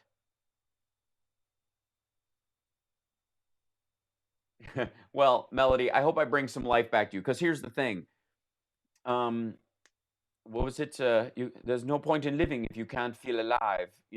The point of this is maintaining your mental health and taking each day as it comes and not looking ahead. Because like right now, the fact that we've got 30 days of this to look forward to is too much. It's how do you eat an elephant one bite at a time, right? Every day they're going to come out and tell us this stuff. Every day we're going to have to deal with some bad news and a bunch of him just self-filleting himself, just like blowing himself on camera and going, I'm wonderful. And unless we do our part to take the piss out of this nonsense, we're going to go crazy with the length of time that this is going to go. So I'm going to be here every day chipping away at this. If anybody's watching this and they don't like what I'm saying, there are 5 YouTube channels that air it uncut, unedited, all the way through with no commentary. Though Time Magazine does it, NPR, Washington Post, ABC News, and the White House. And there are others too, but those are the 5 that always come up in the top feed whenever they're doing one of these. All of them run it top to bottom from before he starts to after everybody leaves. The camera is uncut and going the entire. If you want to watch that and think you need to hear it uninterrupted with no one joking about what he's doing, you can do it. Don't come in my feed or my Facebook page or my Twitter feed or my Periscope and go, you should shut up and let the president talk. I'm not stopping him from talking. You are, by coming here. If you have respect for the president and you think that he should be able to say all this stuff and not be mocked, go watch all of the other venues where he isn't. What is your problem? Or move to North Korea, where your way of thinking is the norm. Do you think Clinton should be in office? I know for a fact she would have handled this better. Nearly anyone would have. I got news for you. Ted Cruz would have handled this better, and I hate his guts. I think Ted Cruz is a disgusting human being. But Ted Cruz would have been a month ahead on this. Jeb Bush would have been a month ahead on this. We would much rather hear you than him. Well, thank you, Carla. That's kind of my goal. And again, if there's useful information in this, I will tell you. But I don't have to respect this dipshit self-congratulatory hype fest that he's throwing out. He thinks the ratings for this are high because this is something people want to watch. We need to watch this to find out when Fauci tells us a new piece of information about the projected levels of death and dead and dying in our country. This is like The Bachelor. Jesus. Jeb Bush would have had Cheney dealing with it? I don't think so, because he wasn't on the team with them. What's your Facebook and YouTube handle? Facebook is the Hal Sparks Fang page. Because I have fangs. It's just, they're natural. And the infotainmentwars.com. Absolutely, Youngstown, Ohio. We love you. I think I seen Hal Sparks and Hal and Spider-Man. You mean you think you saw me in Spider-Man? You did. Spider-Man 2 specifically. So what do I think of Anthony Weiner? I think he belongs in jail. The Hal Sparks Fangs. The Hal Sparks Fang page is what it is on Facebook. But I don't really go there. Go to the YouTube page, infotainmentwars.com. Here, wait. I'll put it up on the screen. I think I have a. Let's see. Meanwhile, I gotta put that up right here.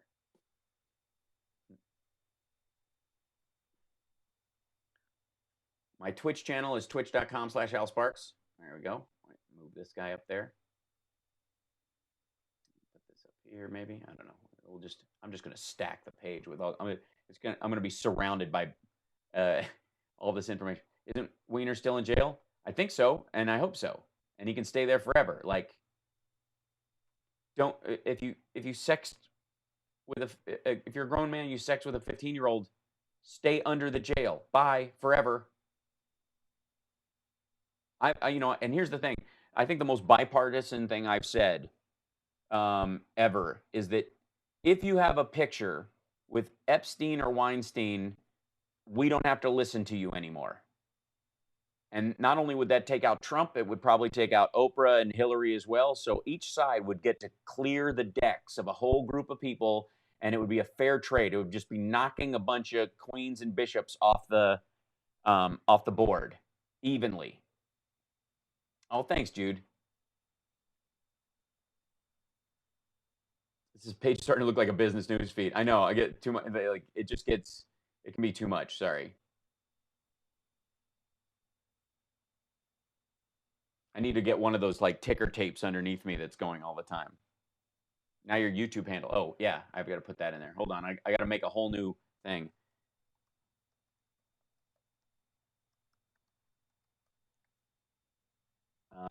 There we go. And we'll put this light glow and do the, let's see, we do purple. I don't know. Yeah, that's good. I like that. Actually, I'm feeling like orange is a good idea. I got to bring it out to here, raise it up to there. Where? There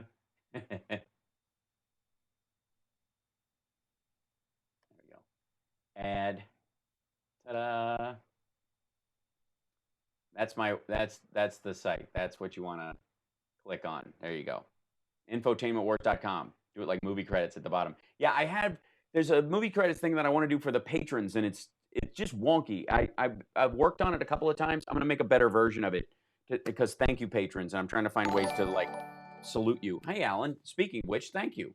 To thank the patrons, I want to do a credits roll and a graphic thing.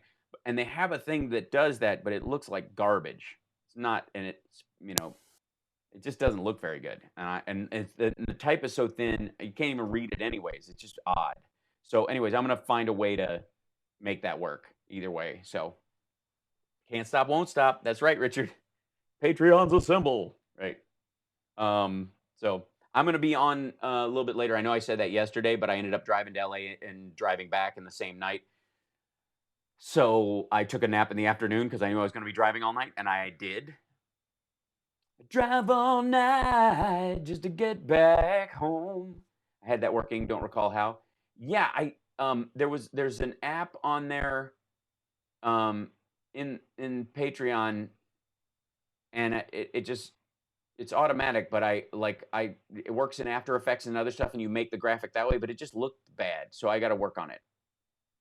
But yeah, as a reminder, thanks to all our patrons. You guys are amazing. You're what make this possible. This is my career for the time being, because my job, my ability to make a living specifically as a stand-up, is illegal now.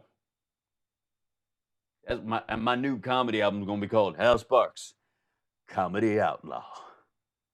Come on now. That's right.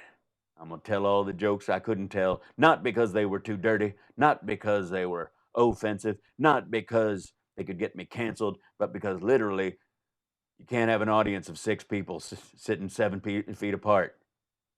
Unless you're Andy Kindler, I guess. But that's up to him. Hal Sparks, Comedy Outlaw.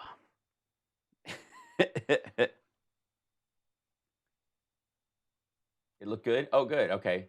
Well, let's talk about that Can't Stop Lying. Maybe I'm going to reach out to you later. Maybe we can have a FaceTime or something and work on that. Maybe that would help. I'd like to see you anyways, so that'd be lovely.